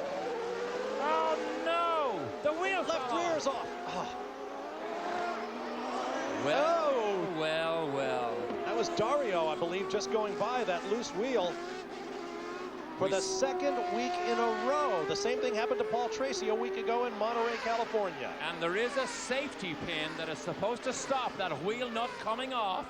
And I believe we may go full course yellow here. But there is a safety nut or a safety device to stop that nut coming off, and it failed in Paul Tracy's car at Laguna Seca, and it's obviously failed here for our race leader, Kenny Brack. And we have full course yellow for the 2nd time. Oh, what a disaster for Kenny Brack and the Ganassi team. Ralph? Oh, Mike, did Kenny say anything to you on the radio as to what happened? He said the same thing you saw on TV, the wheel came off. Is it the same problem, do you think, that happened with Paul Tracy at Laguna with the safety pin not holding? Any ideas? I don't know. We'll find out what the problem is. Don't have any idea at the moment. So, a lot of... But Michael Andretti is going to get a huge break here. Remember, we said he was out of sequence. Now he gets a full course caution to make his, that would be third pit stop. Not expecting to make any changes on the car, but remember when I said previously, and here comes Michael. Right now he's saying, yahoo, I got myself a full course yellow, but he still wants to try and pick up some time on the other guys that are out of sequence. No front wing changes, just did it with tire pressure, get all the fuel, because he's out of sequence. Nice stop for Michael. Uh-oh. Oh, that's just the launch control. I admit, I thought he had a misfire, but that's the new launch control that controls the wheel spin on the way out of pit lane. And when it's full course yellow and you have time, you just sit there and fill the tank, as did Fernandez and Scott Dixon. Now, on the safety pin issue that cost Paul Tracy his wheel nut and then his rear wheel at Laguna, same thing happened to Kenny Brack. It doesn't mean that the wheel won't come off. It just means the nut won't come off and it leaves the wheel on. Kenny Brack would still have been in trouble, would still have had to go round to the pits to get the wheel tightened up, should it have stayed on. Wow. You see the crew celebrating. They felt they got their job done properly. Watch to see if the wheel nut comes off. That left rear. There it is. There it is. Yep, that little black wheel nut comes flying off. Look for it here. Gone already. Christian Fittipaldi taking invasive action. What a disappointment for Kenny Brack, who had led at least one lap in each of the past 5 races, but just 8th in the championship coming in. His race, it would appear, is over here in Portland. Even the great teams can make small mistakes, but small mistakes has cost a potential win for Kenny Brack. But Bruno Junqueira, remember, now is about to take the fight to Cristiano D'Amata. As the great Kenny Rogers once sang, you picked a fine time to leave me loose wheel. And as the great Dario Franchitti said, I'm glad I missed that loose wheel. Now more on wheel nuts and such. Paul Tracy had his little problem last Sunday. Here's Jan Bikas to explain. Paul Tracy's day ended early in Laguna Seca because after a pit stop, the left rear wheel was not fully tightened and it left the car in dramatic fashion in turn number 4. Now, as frustrating as that was for Paul Tracy, there's actually a device that should prevent that from happening. After a pit stop, when the wheel nut is run onto the hub, there is a locking tab that pops up that should prevent this from ever coming off. But the force was so great when this wheel nut came back in turn 4, it actually broke the pin that holds this tab. Now, Team Green used to have the pin here that is hollow. For this weekend, they made special pins that are solid to prevent this happening ever again. And I bet you could sell a few of those solid pins up and down the pit lane right about now. Let's take it. Yeah, another look, Bob, because you can quite clearly see here, Kenny leaves. Watch the team in celebration, look. Team in celebration, yes. Newman Haskell celebrate. Kenny, I would venture to say, look, he's unstable already, locks up that left front. I believe he can sense right now. Now watch it, we're gonna freeze it right here. Stop the picture right there, stop. See that little wheel nut? See that little baby right there? That thing needs to be right there, boys. End of the day. The old $2 part that brought down the $600,000 race car. And there it is right there. There's the nut. My goodness. So that nut has now cost the potential for championship points, potential for the win, the prestige, the television time. You saw that member of the safety crew mimic tossing it up in the stands. I'm sure the crowd was asking for it. Terrible break for Kenny Brack. Make no mistake about it, this is huge pressure for these teams. The great teams, as Ganassi did, as you can now see, are prone to small mistakes. In the long, long championship fight, it's the small mistakes suddenly are sometimes that make the big difference. Skies are dark here in Portland, but we've gotten used to that. They usually blow off and bring us lovely, warm sunshine. That hasn't been the case thus far today, but the day isn't over yet.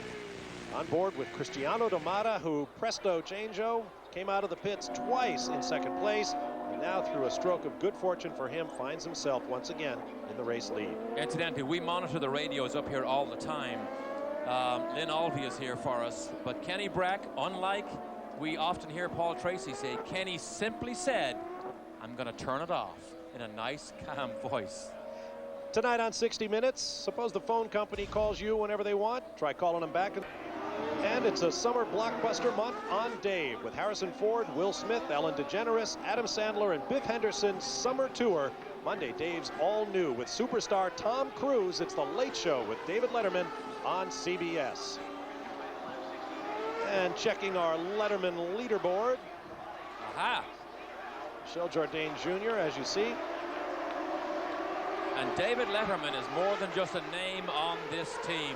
He stays in contact with his drivers. He will talk to Jimmy Vasser at least once a week to stay updated with what this team does. And if you're not covering or following auto racing and you're wondering why did we look at Michel Jourdain Jr. and Jimmy Vasser as we go green, it's because they drive for Team Rahal, which is partially owned by David Letterman. Okay, now D'Amata has Christian Fittipaldi to support him. He's between himself and Junqueira. Oh, Dixon on a squeeze job on Michael at the back. Now see, Michael doesn't need this. Fernandez, Michael, and Scott Dixon do not need this. The advantage is not as great being out of sequence. But D'Amata now, can he get away from Bruno Junqueira? And can Townsend Bell pass Franchitti, or can Franchitti hang on here? 10 cars on the lead lap. The lapped car of Christian Fittipaldi between Cristiano D'Amata and that man, Bruno Junqueira.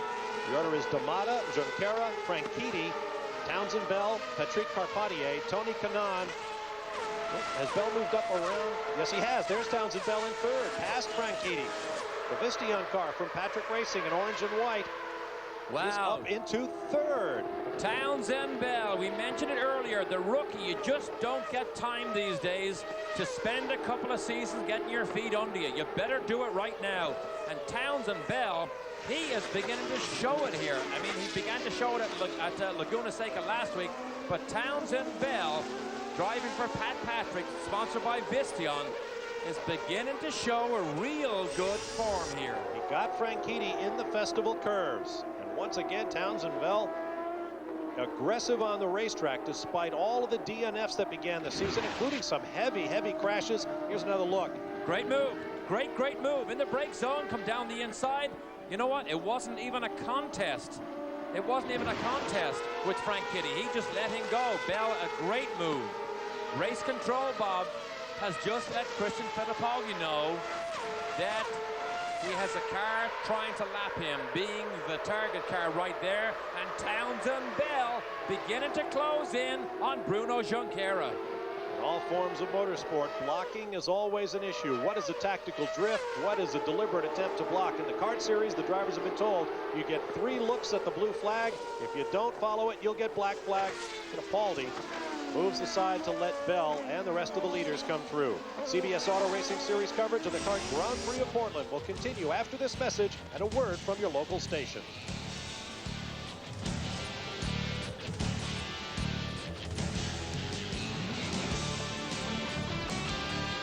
This Auto Racing Series is sponsored by Toyota. Get the feeling. Bridgestone Tires, advanced technology that gives you a grip on the future. And by FedEx, proud sponsor of the FedEx Championship Series. Welcome back live to Portland. This picture is being brought to you live from the Honda Skycam, flying high above Portland International Raceway. Here's a look at our Bridgestone race summary. We've had 2 leaders, Kenny Breck and Cristiano D'Amata. Breck now out of the race. 5 lead changes in all as they toss the lead back and forth. Fast lap of the race set by Bruno Junqueira, who currently runs second. And that done 21 laps ago, as we are now working lap number 62. 3 cautions, but the first 2 of those were wave-offs when the field was simply not formed up adequately for an organized start. It's been a very exciting round 6 of the Kart FedEx Championship Series. We're glad to have you with us here on CBS Sports. I'm Bob Varsha with Derek Daly, Ralph Shaheen, and Jan Bikus. See the running order at the top left of your screen. And the key to that race analysis, Bob, that you just showed is that Bruno Junqueira is the fastest man on the racetrack. He set that speed on lap 48. Now, D'Amata's fastest lap was lap 21. So Junqueira, he looks like he might close in on D'Amata, and D'Amata's team has just told him Junqueira is behind you for position, just in case he didn't fully realize that, which with 3 target cars out there, or 2 now, you probably wouldn't know. You may not know. Oh, there's Tony Kanaan. Tony Kanaan trying to hold off Michel Jourdain. That is 6th and 7th place. Tony Kanaan has slowly come up through the field here, but Scott Dixon has come up even faster. Those are all three for position. Kanaan, Jourdain, and Scott Dixon in the other target car. Tony Kanaan is in the Lola here. He has struggled here last year, struggled a bit in qualifying, but is having a much better race. He's on the same sequence of pit stops as these leaders are. You see Kanaan, who's had an absolutely brutal start to the season with DNF after DNF, mechanical, you name it, it has happened to Tony Kanaan. What hasn't happened is a victory, and that would be a very welcome one, all up and down the pit lane. Scott Dixon is on the move, was 10th at the restart, and he's passed 2 cars. And there's Tony Kanaan's roommate, leading Bruno Junqueira. They live together in Miami. They're the 2 great personalities of the Champ Car season here. We see over the last few laps how Junqueira has closed up. He obviously likes the way his car is working. Real delicate touch here. Down 1 gear. Keeps this gear. You can sense and feel how delicate it is, and then it all breaks loose right here. Scream the thing.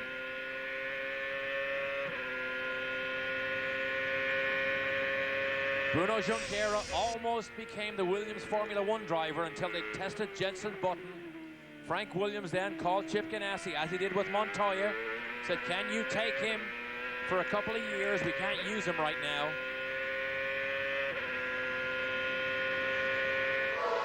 Oh, look at that. Look at this. Look at this. Half a second, maybe half a second. There's Townsend Bell. Bell is coming on. He's closing on. Remember earlier I said in the cool conditions, the Reynards may have a slight advantage here, or let's say they won't have as much of a disadvantage because they don't generate as much downforce. You see him saw at the wheel here. He's driving the wheels off this thing, but the Reynard in these conditions beginning to show well against the Lola. Well done, Townsend Bell here. More on Townsend Bell right now. Let's get to Jan Bikus. With the team manager for Patrick Racing, Jim McGee. We're talking about Townsend has really moved forward today, but also the cool weather. Has that helped the Reynard chassis?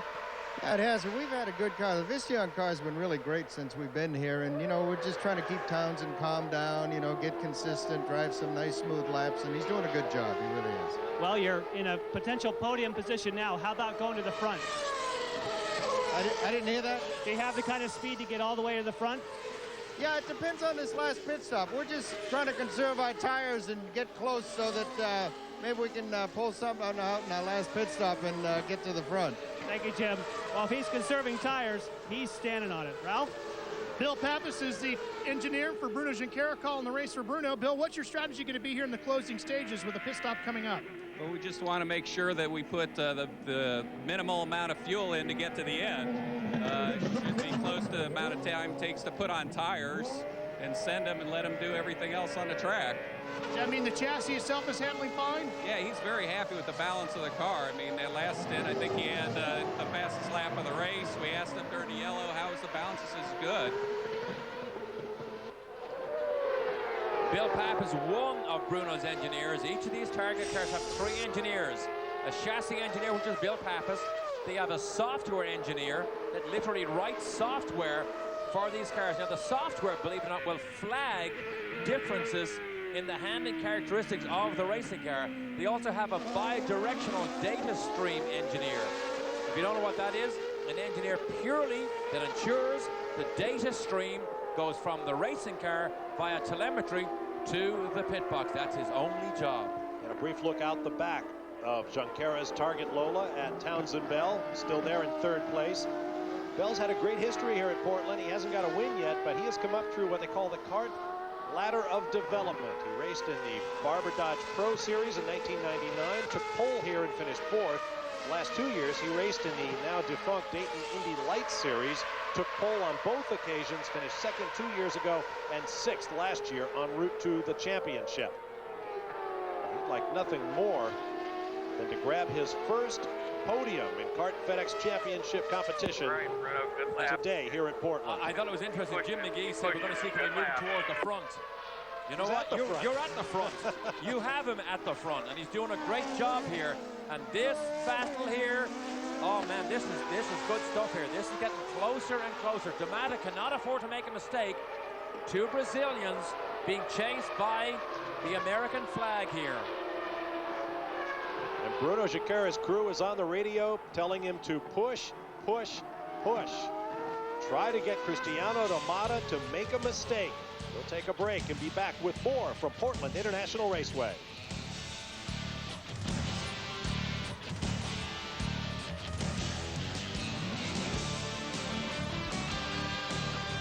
Welcome back live to Portland International Raceway on this Father's Day weekend.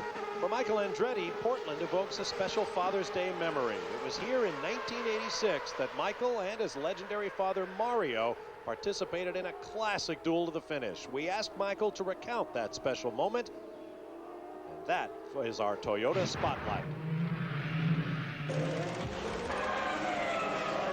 I had over a lap lead, and I had to give that up the last 20 laps because I knew I was going to have a problem making it to the end because of fuel. And going in the last lap, I thought, well, we probably have it. But then I knew Dad was coming strong because he was being pushed by Al Jr. at that time. And, you know, coming off the last turn, I thought I was okay, and it just died. The car sputtered, died, and then it kicked in again once I got into a straight line, and then it became a drag race down to the end of the, you know, to the finish line, and Dad just beat me by a very close margin, you know. So it was tough. If I was going to lose anybody, I'm glad it was Dad, and doing it on Father's Day was good because I didn't get him a gift that day. So that was a great finish. 0.070 seconds, 7/100ths of a second separated the Andrettis, and that's still the 6th closest finish in kart history. His dad Mario is not here today. He usually is here every weekend. There are a number of fathers. I believe we counted 5 fathers of drivers in this race. There is Cristiano D'Amata's dad, Antonio. He rarely misses a race. In fact, if you were following our coverage of the series earlier this year in Monterrey, Mexico, he was screaming at the crew about pit strategy. And that was his mother standing beside Antonio. She says nothing. When you look at her, she doesn't even break into a smile. She is so nervous every time Cristiano gets into a racing car. Bruno's going to make her nervous because look at this. He is just inching ever so much closer. And Bell is not letting them off the hook here. Gap 0.7 of a second that time by. And Bell, you're right, is right there. About 4 seconds back up the road, Dario Franchitti has a piece of racetrack basically to himself. 6 seconds behind him is Patrick Carpentier. Then 8 seconds back to Tony Kanaan. Barely a second behind him is Michel Jourdain in that great battle for 7th. Jourdain, Dixon, and Fernandez all very close together. Finally, Michael Andretti, the 10th and final car on the lead lap. And it is a battle all the way back from Franchitti here running in 4th place all the way back to Michael in that top 10. I mean, there's a scrap going on every... Upcoming races here on CBS. In 2 weeks, we'll have the Grand Prix of Chicago, an oval track, the 3rd of the year on the CART FedEx Championship Series Trail. That'll be June 30th at 3:30 p.m. Eastern Time, live on CBS Sports. After that, to the temporary street circuits in beautiful Toronto, Canada. The Molson Indy Toronto at Exhibition Place, July 7th at 1:30 p.m. Eastern Time live. If you've never seen Toronto, you need to see that race. And then how about something different? To the airport runways of Burke Lakefront Airport on the shores of Lake Erie for the Grand Prix of Cleveland, July 14th at 1:30 p.m. Eastern Time on that Sunday. Then another street circuit in the far west, beautiful Vancouver in the Pacific Northwest, July 28th, live at 4:30 p.m. Eastern Time. And then to the heart of Ohio, Lexington, Ohio, and the Mid-Ohio Sports Car Course for the CART Grand Prix of Mid-Ohio, August 11th, live at 12:30 p.m. Eastern Time.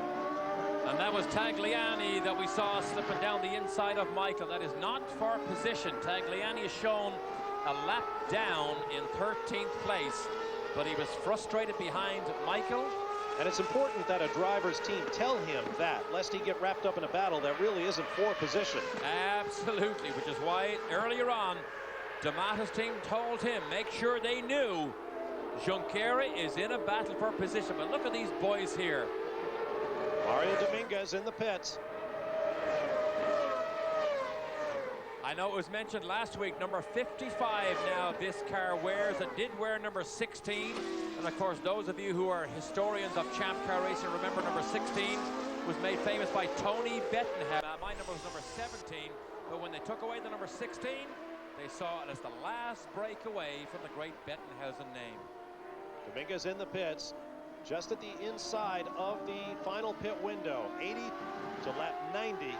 So Dominguez also off sequence, hoping to gain a little piece of racetrack to race on. CBS Auto Racing coverage of the Grand Prix of Portland will continue after this message and a word from your local station.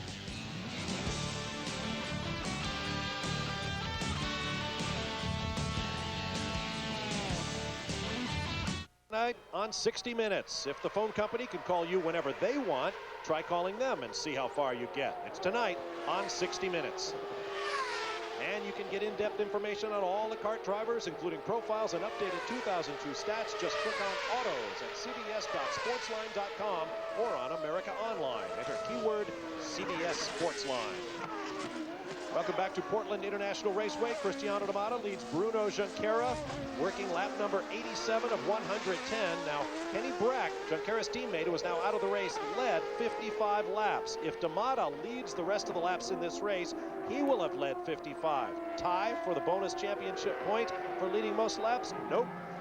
Because of his higher finish, the point will go to D'Amato. More bad news for Kenny Brack. Indeed, Patrick Carpentier, he is doing a very good job here. He is the Ford engine trying to run down these boys here. We have Toyota, Honda, Ford. A Toyota engine has never won this race. Second has been their best ever result. Boy, they have dominated of late, however, sweeping the top 3 in qualifying and the top 4 positions at last weekend's race on the Monterey Peninsula in California. On the backstretch, I noticed some rubber buildup. We're getting some marbles back there. That was Kenny talking. L2, Chris, L2. He calls him Chris. You hear that? That was Kenny. Calls Cristiano D'Amato's race. He calls him Chris. I didn't know that. He says L2. L2 means lap 2. 2 more laps before we want you in the pit lane. Right now being held up by Adrian Fernandez. This will not make Cristiano D'Amato a happy man. Oh, where is Bruno? Where is Bruno? While Chris, there is Bruno. Oh, Fernandez. Oh, yikes. What happened there? I think he might have been driving his mirrors onto the backstretch. Race control was telling him to get out of the way. And he did. He did in a shower of sparks and smoke and tire smoke and dirt. Last time I saw that happen was Michael Andretti fed Danny Sullivan a wheel right at that corner.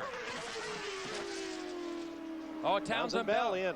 Pits early. Now remember, the magic lap was 80. They've completed 88 laps, so one more stop. Everybody goes to the finish, Jan? And Townsend Bell is taking the opportunity to come in 1 lap early. So far, everything routine. Oh, a little bit of a stick. Ooh, that was scary. And he stalls it. Oh, my gosh, there goes his podium finish. They got to try and get it restarted. Oh, Townsend Bell on the verge of getting on his first podium in the Kart FedEx Series, and now it's gone away. Oh, just as Tony Kanaan was headed for his pit. And that was all timing, because when he was about to leave, the fueler got stuck. He couldn't pull the fuel hose out. And suddenly, when he was about to drop the clutch, he was told to stop. He took his foot off the throttle, the same time off the clutch, and he just stalled it as Tony Kanaan comes out. These cars go through a lot of fuel at only 1.85 miles per gallon, so there's a lot of fuel going in there. You have to be very careful not to flood them. There's Adrian Fernandez out of his car, headed for the safety of the Armco. Let's have another look at what happened. Just about to enter the backstretch. Adrian Fernandez being told to watch out for the leaders coming up behind him. He was on cold tires. He had already made his pit stop. I can only surmise that Adrian got sideways under power, was concentrated on what Cart had just told him to get away from the leaders. Oh, here's it. Wow, what's this here? Right-hander, this is third gear. On board Cristiano D'Amata. Now they're on the power. Now they're easily coming out of the corner, hits the oh, it was under power. Under power, Adrian Fernandez lets it get away from him. Wow, talk about Cristiano D'Amata dodging a bullet. Guys, still a local yellow. Here come the top two cars, D'Amata and Bruno Junqueira. Jan Bikus. And Bruno Junqueira will be the first driver to reach his pit box. D'Amata is pitted about 3 pits ahead of him. They're going to make a quick stop, obviously. No changes, but the fuel nozzle took a little long to get in. That could be the deciding factor. Ralph? D'Amata's going to take just 20 gallons of fuel. John Littlefield, the fueler, he's done, and D'Amata is underway. Will lead him out of pit road. Great job by the Newman Haas pit crew. Wow, I mean that. Oh, Bruno, can he make it? Scott Dixon passes him. That is for position. That is for position. At the moment, that is for position. Bruno trying to get the cold tires up to speed.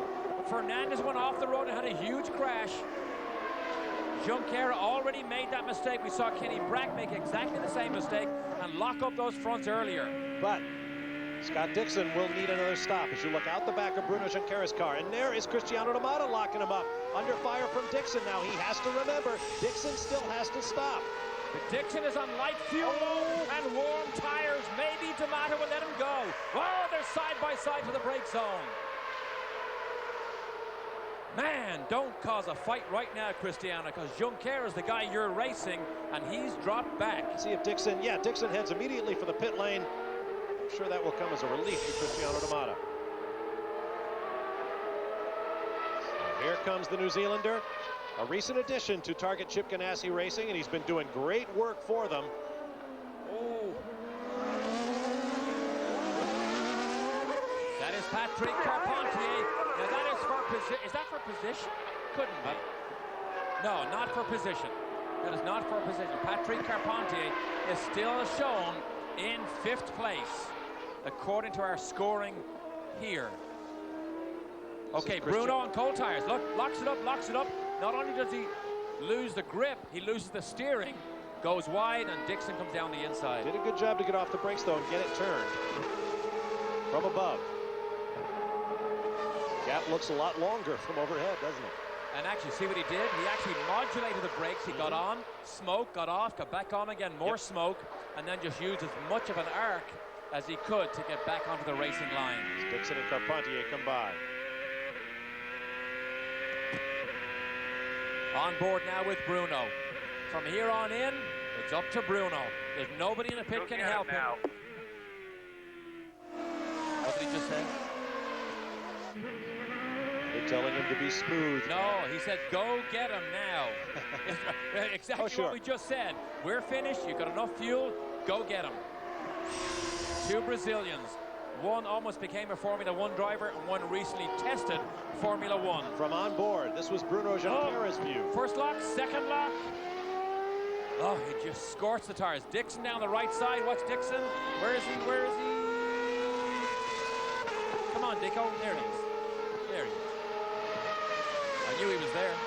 Well, in past years, this race was a bit of a fuel economy run. Drivers would be out there running very lean, trying to be the last car on the track and avoid a pit stop if in any way possible. This year, CART has decided they're not going to allow that. Everyone has more than enough fuel to go the distance flat out. And that combined with the maximum allowable distance on a load of fuel, the so-called pit windows, has made things much more flat out.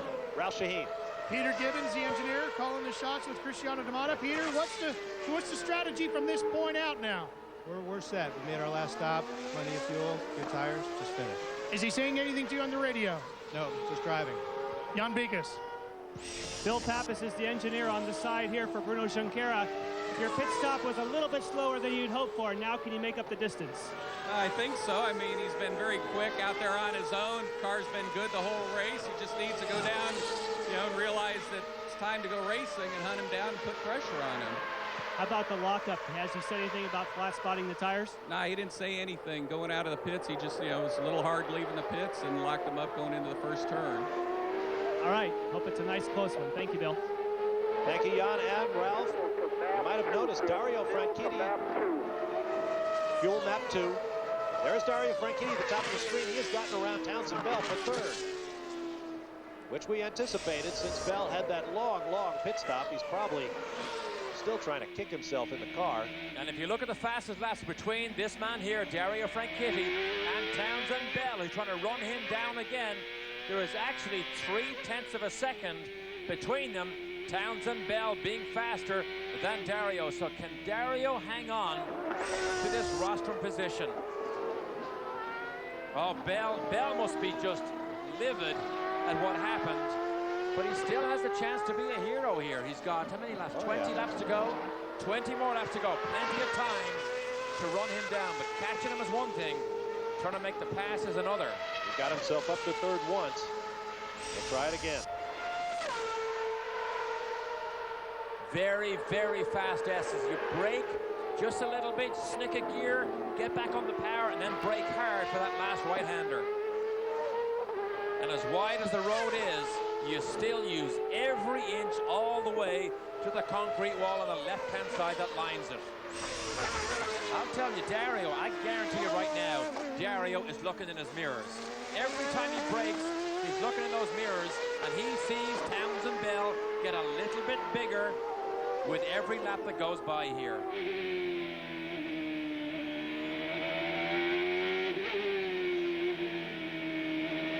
This is third gear. Keeps it in third gear. See the marbles building up, the little bits of tire off the racing line. Make it even more difficult to try to overtake. There's his dad, Antonio. Comes to as many races as he can. It gets very nervous seeing with the earplugs in there. It's so noisy down there. Interestingly enough, Junqueira's dad, Jose, is right there watching his boy at work. Aha. And the gap is coming down.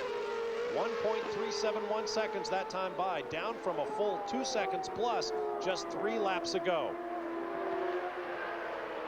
Interesting, Timmy Coffeen, the lead mechanic for Cristiano D'Amata.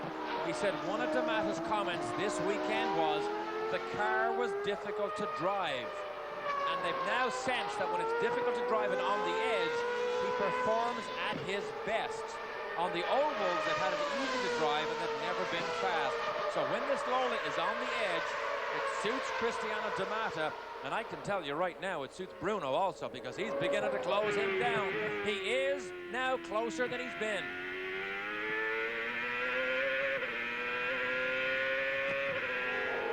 Both of these drivers in position to vastly improve on their previous best performances at this racetrack. For Cristiano D'Amata, his previous best, a 5th place finish back in the year 2000. For Bruno Junqueira, his best, 23rd back in 2001. Ralph Shaheen. Cristiano D'Amata and Bruno Junqueira come from the same hometown in Brazil, Horizonte.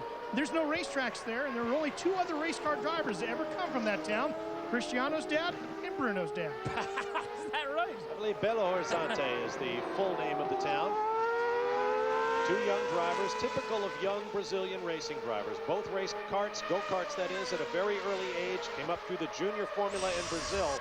Bruno Junqueira went to Europe to try to make his name, and as you mentioned, Derek, became a test driver for Sir Frank Williams' Formula 1 team, but lost out on the Grand Prix drive, so he came to America to join Target Chip Ganassi Racing. D'Amata came pretty much straight to the United States, jumped into the kart ladder series, shone winning a championship in the Indy Light Series before moving up to the big champ cars. Different paths, but now here they are at a racetrack in Portland, Oregon, looking for victory.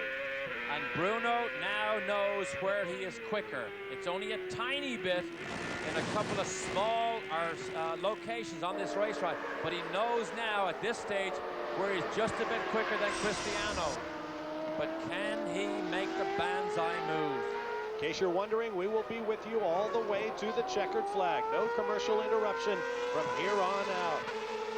Tonight on CBS, Samuel L. Jackson is a police negotiator forced to take his own hostages. Kevin Spacey is the negotiator forced to stop him. Don't miss the network premiere of The Negotiator tonight on CBS.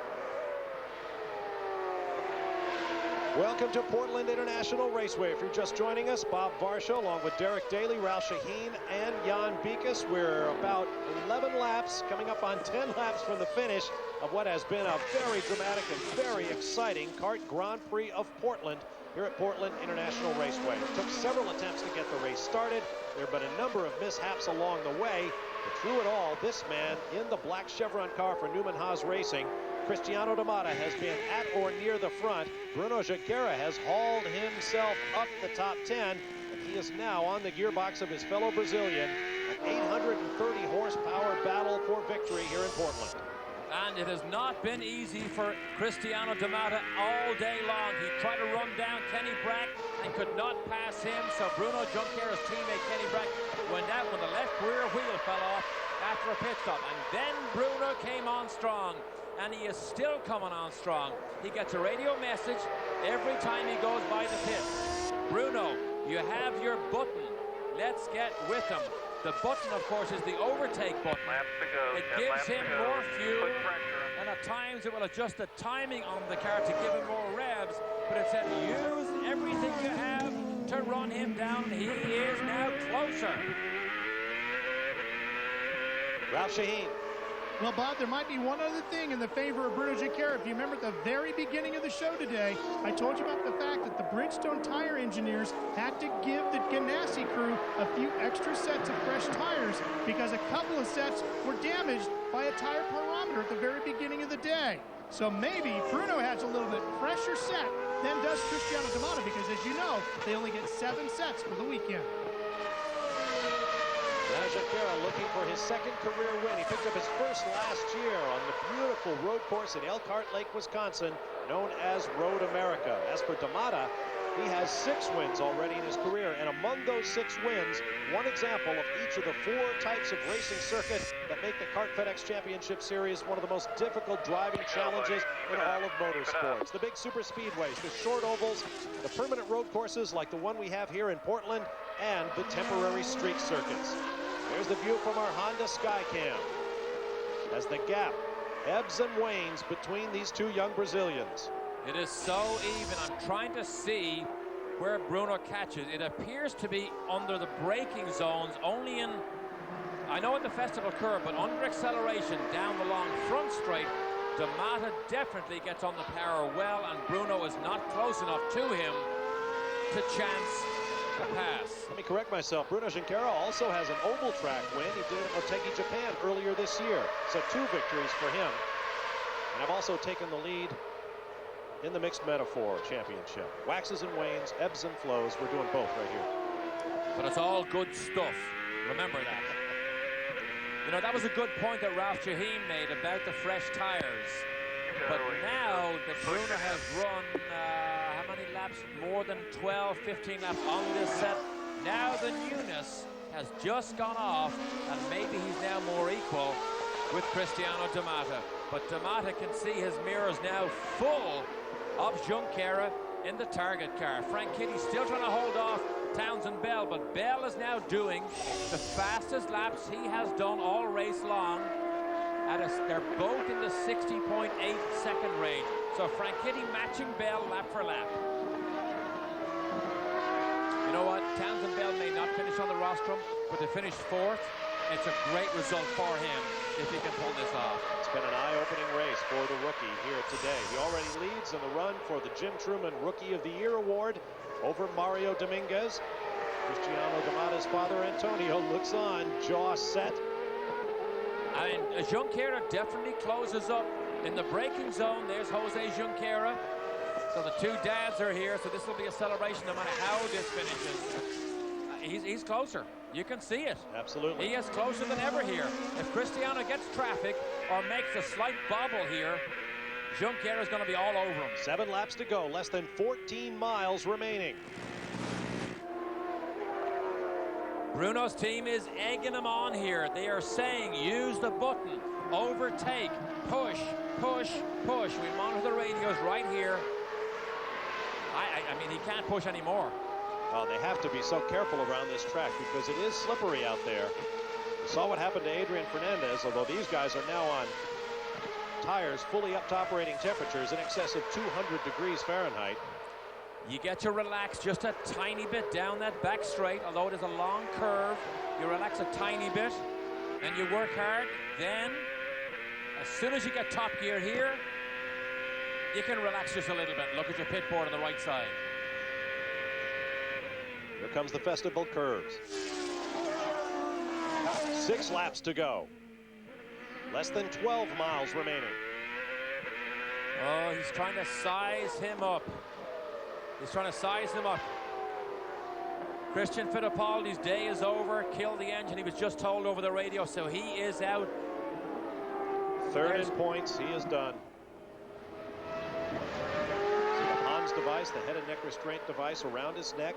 Keeps the helmet from moving too far in the event of a crash, preventing head and neck injuries. Mandatory in the CART FedEx Championship Series, as well as a number of other series worldwide this year. 5 to go next time by. Behind these two men, Franchitti is third, Dario Franchitti, but he popped the chicane last time by, which means he'd have to stop, make sure he doesn't gain ground on the front runners. Townsend Bell still fourth. There you see them at the top right-hand corner of your screen. Then Patrick Carpentier, Michel Jourdain Jr., Scott Dixon, Tony Kanaan, and Michael Andretti now in 9th place, the last car on the lead lap. Good drive for Michael. Here's what happened to Dario.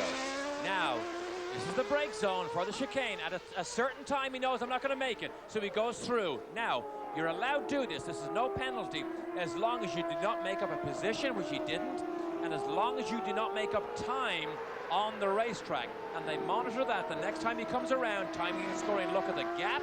And if you have improved your time on the track, they will tell you, move back, and if you don't do it, they'll call you in for a little interview. That's right. They gave him 2 laps to approximate the gap he had going in over Townsend Bell. And as far as we can tell, he has accomplished that. On to the front stretch they come. Coming up on 4 laps to go. Less than 8 miles remaining in the CART Grand Prix of Portland. Great old racetrack.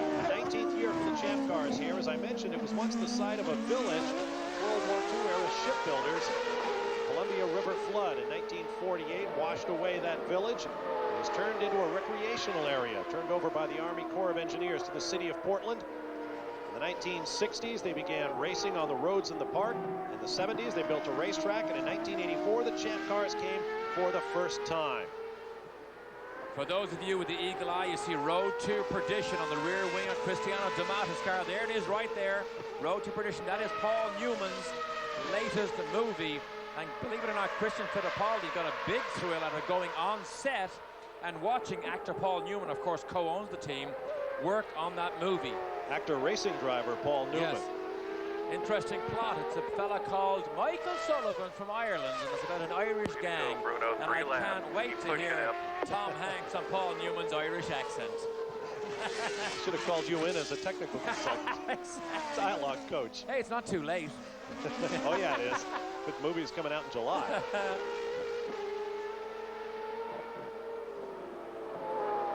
Now 3 laps to go. Less than 6 miles remaining to decide this battle. Oh, little flick from Cristiano. See that? This car is not easy to drive. You got to be on the edge here. But this is pressure for Cristiano D'Amata. And the great champions can withstand pressure like this. Now, if Bruno is to try and make a move here, he has to get closer down to turn 10. They're coming to turn 10. He's not going to get closer this time, but he's got to get closer here. Right up. He can't do it now. But if he can get up under his rear wing right here, he can maybe chance sneaking inside him at the festival curve. But you see what Cristiano does? Pulls away because he gets on the power earlier. He's got the apex first, and he's able to get on the power earlier. I don't see any traffic. You see how close he is there? And then there he goes. Christian pulls away because he just gets on that power earlier. Impossible to pass in through here because this is all drift, apex, drift wide, turn back to the apex right here, drift out again, back to the apex. Impossible to make a pass here unless you're Paul Tracy. Target Chip Ganassi Racing has made a series of donations over the years to the St. Jude's Children's Medical Research Center in Memphis, Tennessee, based on their performance on the racetrack. 55 laps in the lead by Bruno Junqueira's teammate Kenny Brack will mean another big donation to the program. It would be a $5,000 donation, I believe, if Bruno Junqueira were able to overcome Cristiano D'Amata for the Ganassi team's third victory here at Portland. Two previous ones, both by Alex Zanardi of Italy in 1996 and 98. White flag, Chris, white flag. One more lap. Cristiano D'Amata, less than 2 miles from the finish. As for the Newman Haas team, 5 victories here at Portland. 3 by Michael Andretti, 2 by Mario Andretti, and perhaps 1 here today by Cristiano D'Amata. They are closer than ever. Oh, Bruno now has it down to 0.4 of a second, but forget that, you can see it. About 4 car lengths. He has one more shot. It's the end of the back straight. If he can get close enough to the left-hander, the next right-hander, he's got to try and get close enough up under his rear wing, right where Fernandez crashed. Exiting here is where Fernandez crashed, right there, off to the left-hand side, right side of your picture. Oh, he's not close enough. Nope. He's not close enough. One big brake zone coming up, turn 10. There's 9, here comes 10. At the beginning of the day, we wondered if anyone could knock Cristiano D'Amata out of his perch as the hottest driver in the Kart FedEx Championship Series. One of the names mentioned that might be a contender was Bruno Junqueira. He will not be able to do it. Cristiano D'Amata picks up his third victory of the season. And that was Kenny again on his radio. There is Frank Kitty finishes fourth, third. Thank you. Great. Very good job. That was D'Amata talking to his Copy crew. that, Chris. Sorry, you don't have a room tonight at the hotel. You don't have a room tonight at the hotel. That's what he said. Oh, maybe we'll find a place. Yeah, the two boys congratulate each other. Great, great drive. Let's see if we can contact Cristiano D'Amata via radio. Cristiano, this is Derek Daly in the TV booth. If you can hear me, that was an exceptional race. Over. To come in the pits, or do I have to stay on the track? Oh, he's got business to attend to. Where is Victory Lane?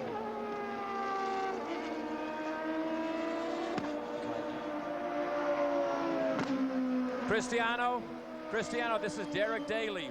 An exceptional race, but a lot of pressure all day long.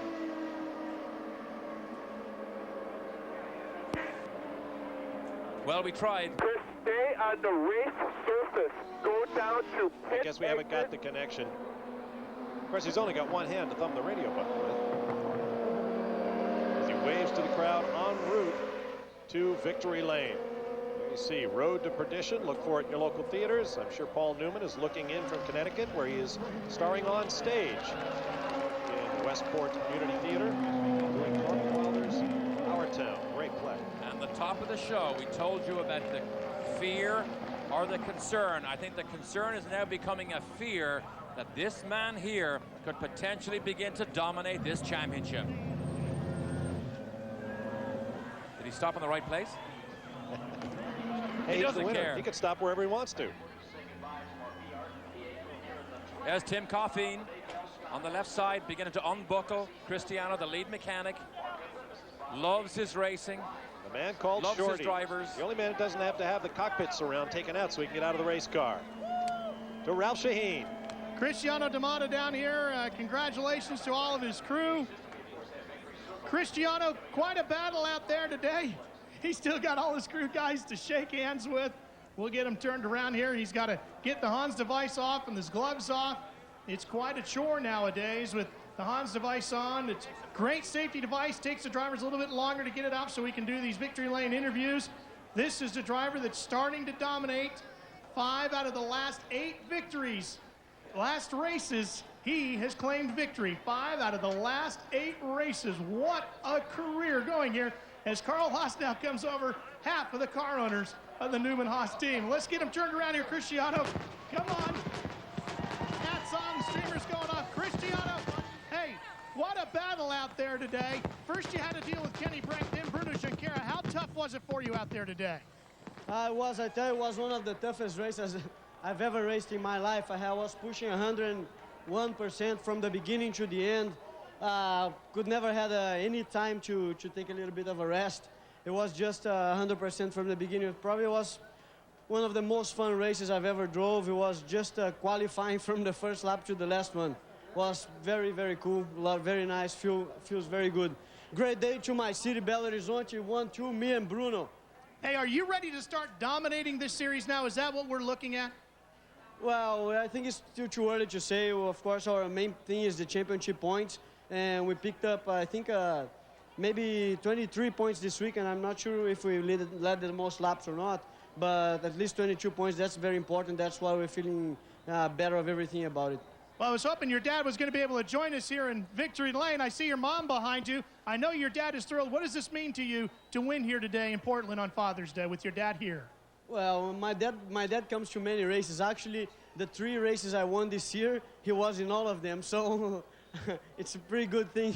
I hope it becomes normal to us. Congratulations, Cristiano. Jan Beekes. With Townsend Bell, as you're up on the podium, he is not. And Townsend, it was a great opportunity for you to get to the podium today. It looked like it was going to happen until the pit stop. What happened on the final pit stop? Oh, we had a little miscommunication on when the fuel was done. I thought we were ready to go and got waved, and then I had to jump on the brakes and stop and got the clutch back in. When I dumped it again, it just stalled. So, you know, we drove, I thought, a pretty decent race. We were pretty quick on lap time, and, you know, the Visteon guys did a great job today. Toyota engine was really strong, and you know, we're close, so we're knocking on the door here on race pace, so I don't think it'll be long before we're getting a little farther up the podium, but I'm happy to finish 4th, and I love racing at Portland. It's a great place. Well, he says pretty decent. I think it was even better than that. Some awesome laps at the end. Ralph? Bruno Junqueira with a fine drive to second place today. Just couldn't come up and catch him. What was holding you back? Yeah, I was a little bit faster than Cristiano, but not enough to pass him. I didn't want to take too much risk. For sure, for winning a race is important, but I try to wait him to make a mistake, but he drove really, really well and didn't give him a chance to pass him. You had the extra tires at the end of the race here today. Did that help you out at all today? Yeah, but he has good tires as well, you know. I think we're on the same conditions. I push hard, he pushed hard. Cristiano drove excellent. Team Target gave him a really good car, but I couldn't pass him, but it's important to get points for the championship. I'll try to win the race in Chicago. All right, thanks very much, guys. A clean sweep for Cristiano Damata, who took both championship bonus points in qualifying. The bonus point for leading the most laps. He actually tied Brack, but finished ahead of him, so he picks up that, plus full points for winning the race. And with that, he moves out to a 20-point lead in the championship, unofficially, over new second-place man, Bruno Junqueira, who finished runner-up today. There you see the top 10. Dario Franchitti set back Townsend Bell for 4th. Patrick Carpentier, a steady race to 5th, followed by Michel Jourdain Jr., who drops from 2nd to 3rd in the championship. Michael Andretti picked up top 10 points as well in 9th position. There you saw Paul Tracy and Torek Takagi, who had very, very eventful exits from the CART Grand Prix of Portland. We'll be back with more from Portland International Raceway. And the CBS Sports Spectacular takes you to beautiful Montego Bay, where NFL and the CART FedEx Championship standings. After 6 rounds, Cristiano Damata opens a fat 20-point lead over Bruno Junqueira and Michel Jourdain Jr. But Junqueira has a victory, so he takes 2nd spot. Dario Franchitti now 4th, followed by Christian Fittipaldi, Patrick Carpentier, and a tie between Michael Andretti and Scott Dixon.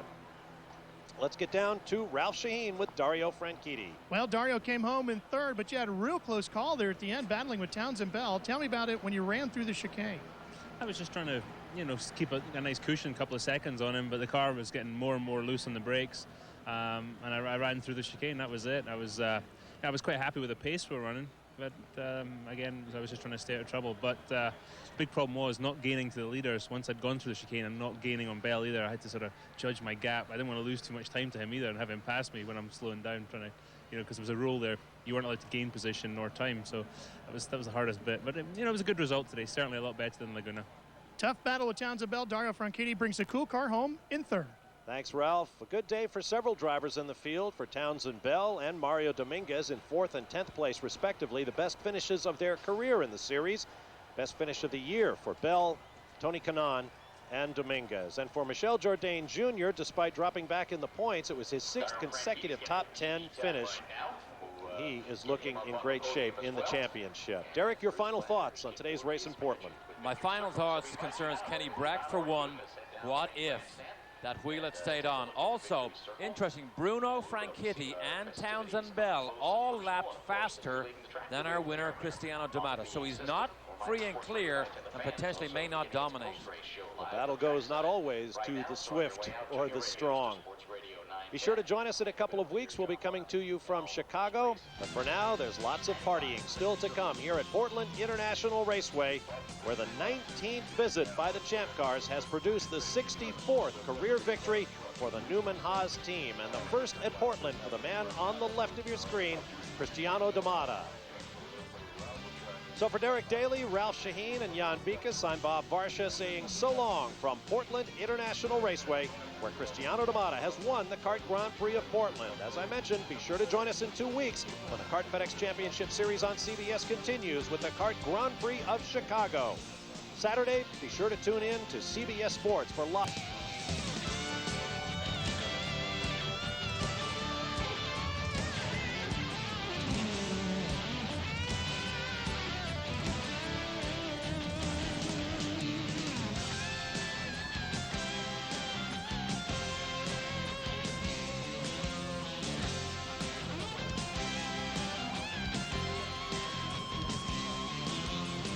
Happy Father's Day, everyone. This has been a presentation of CBS Sports.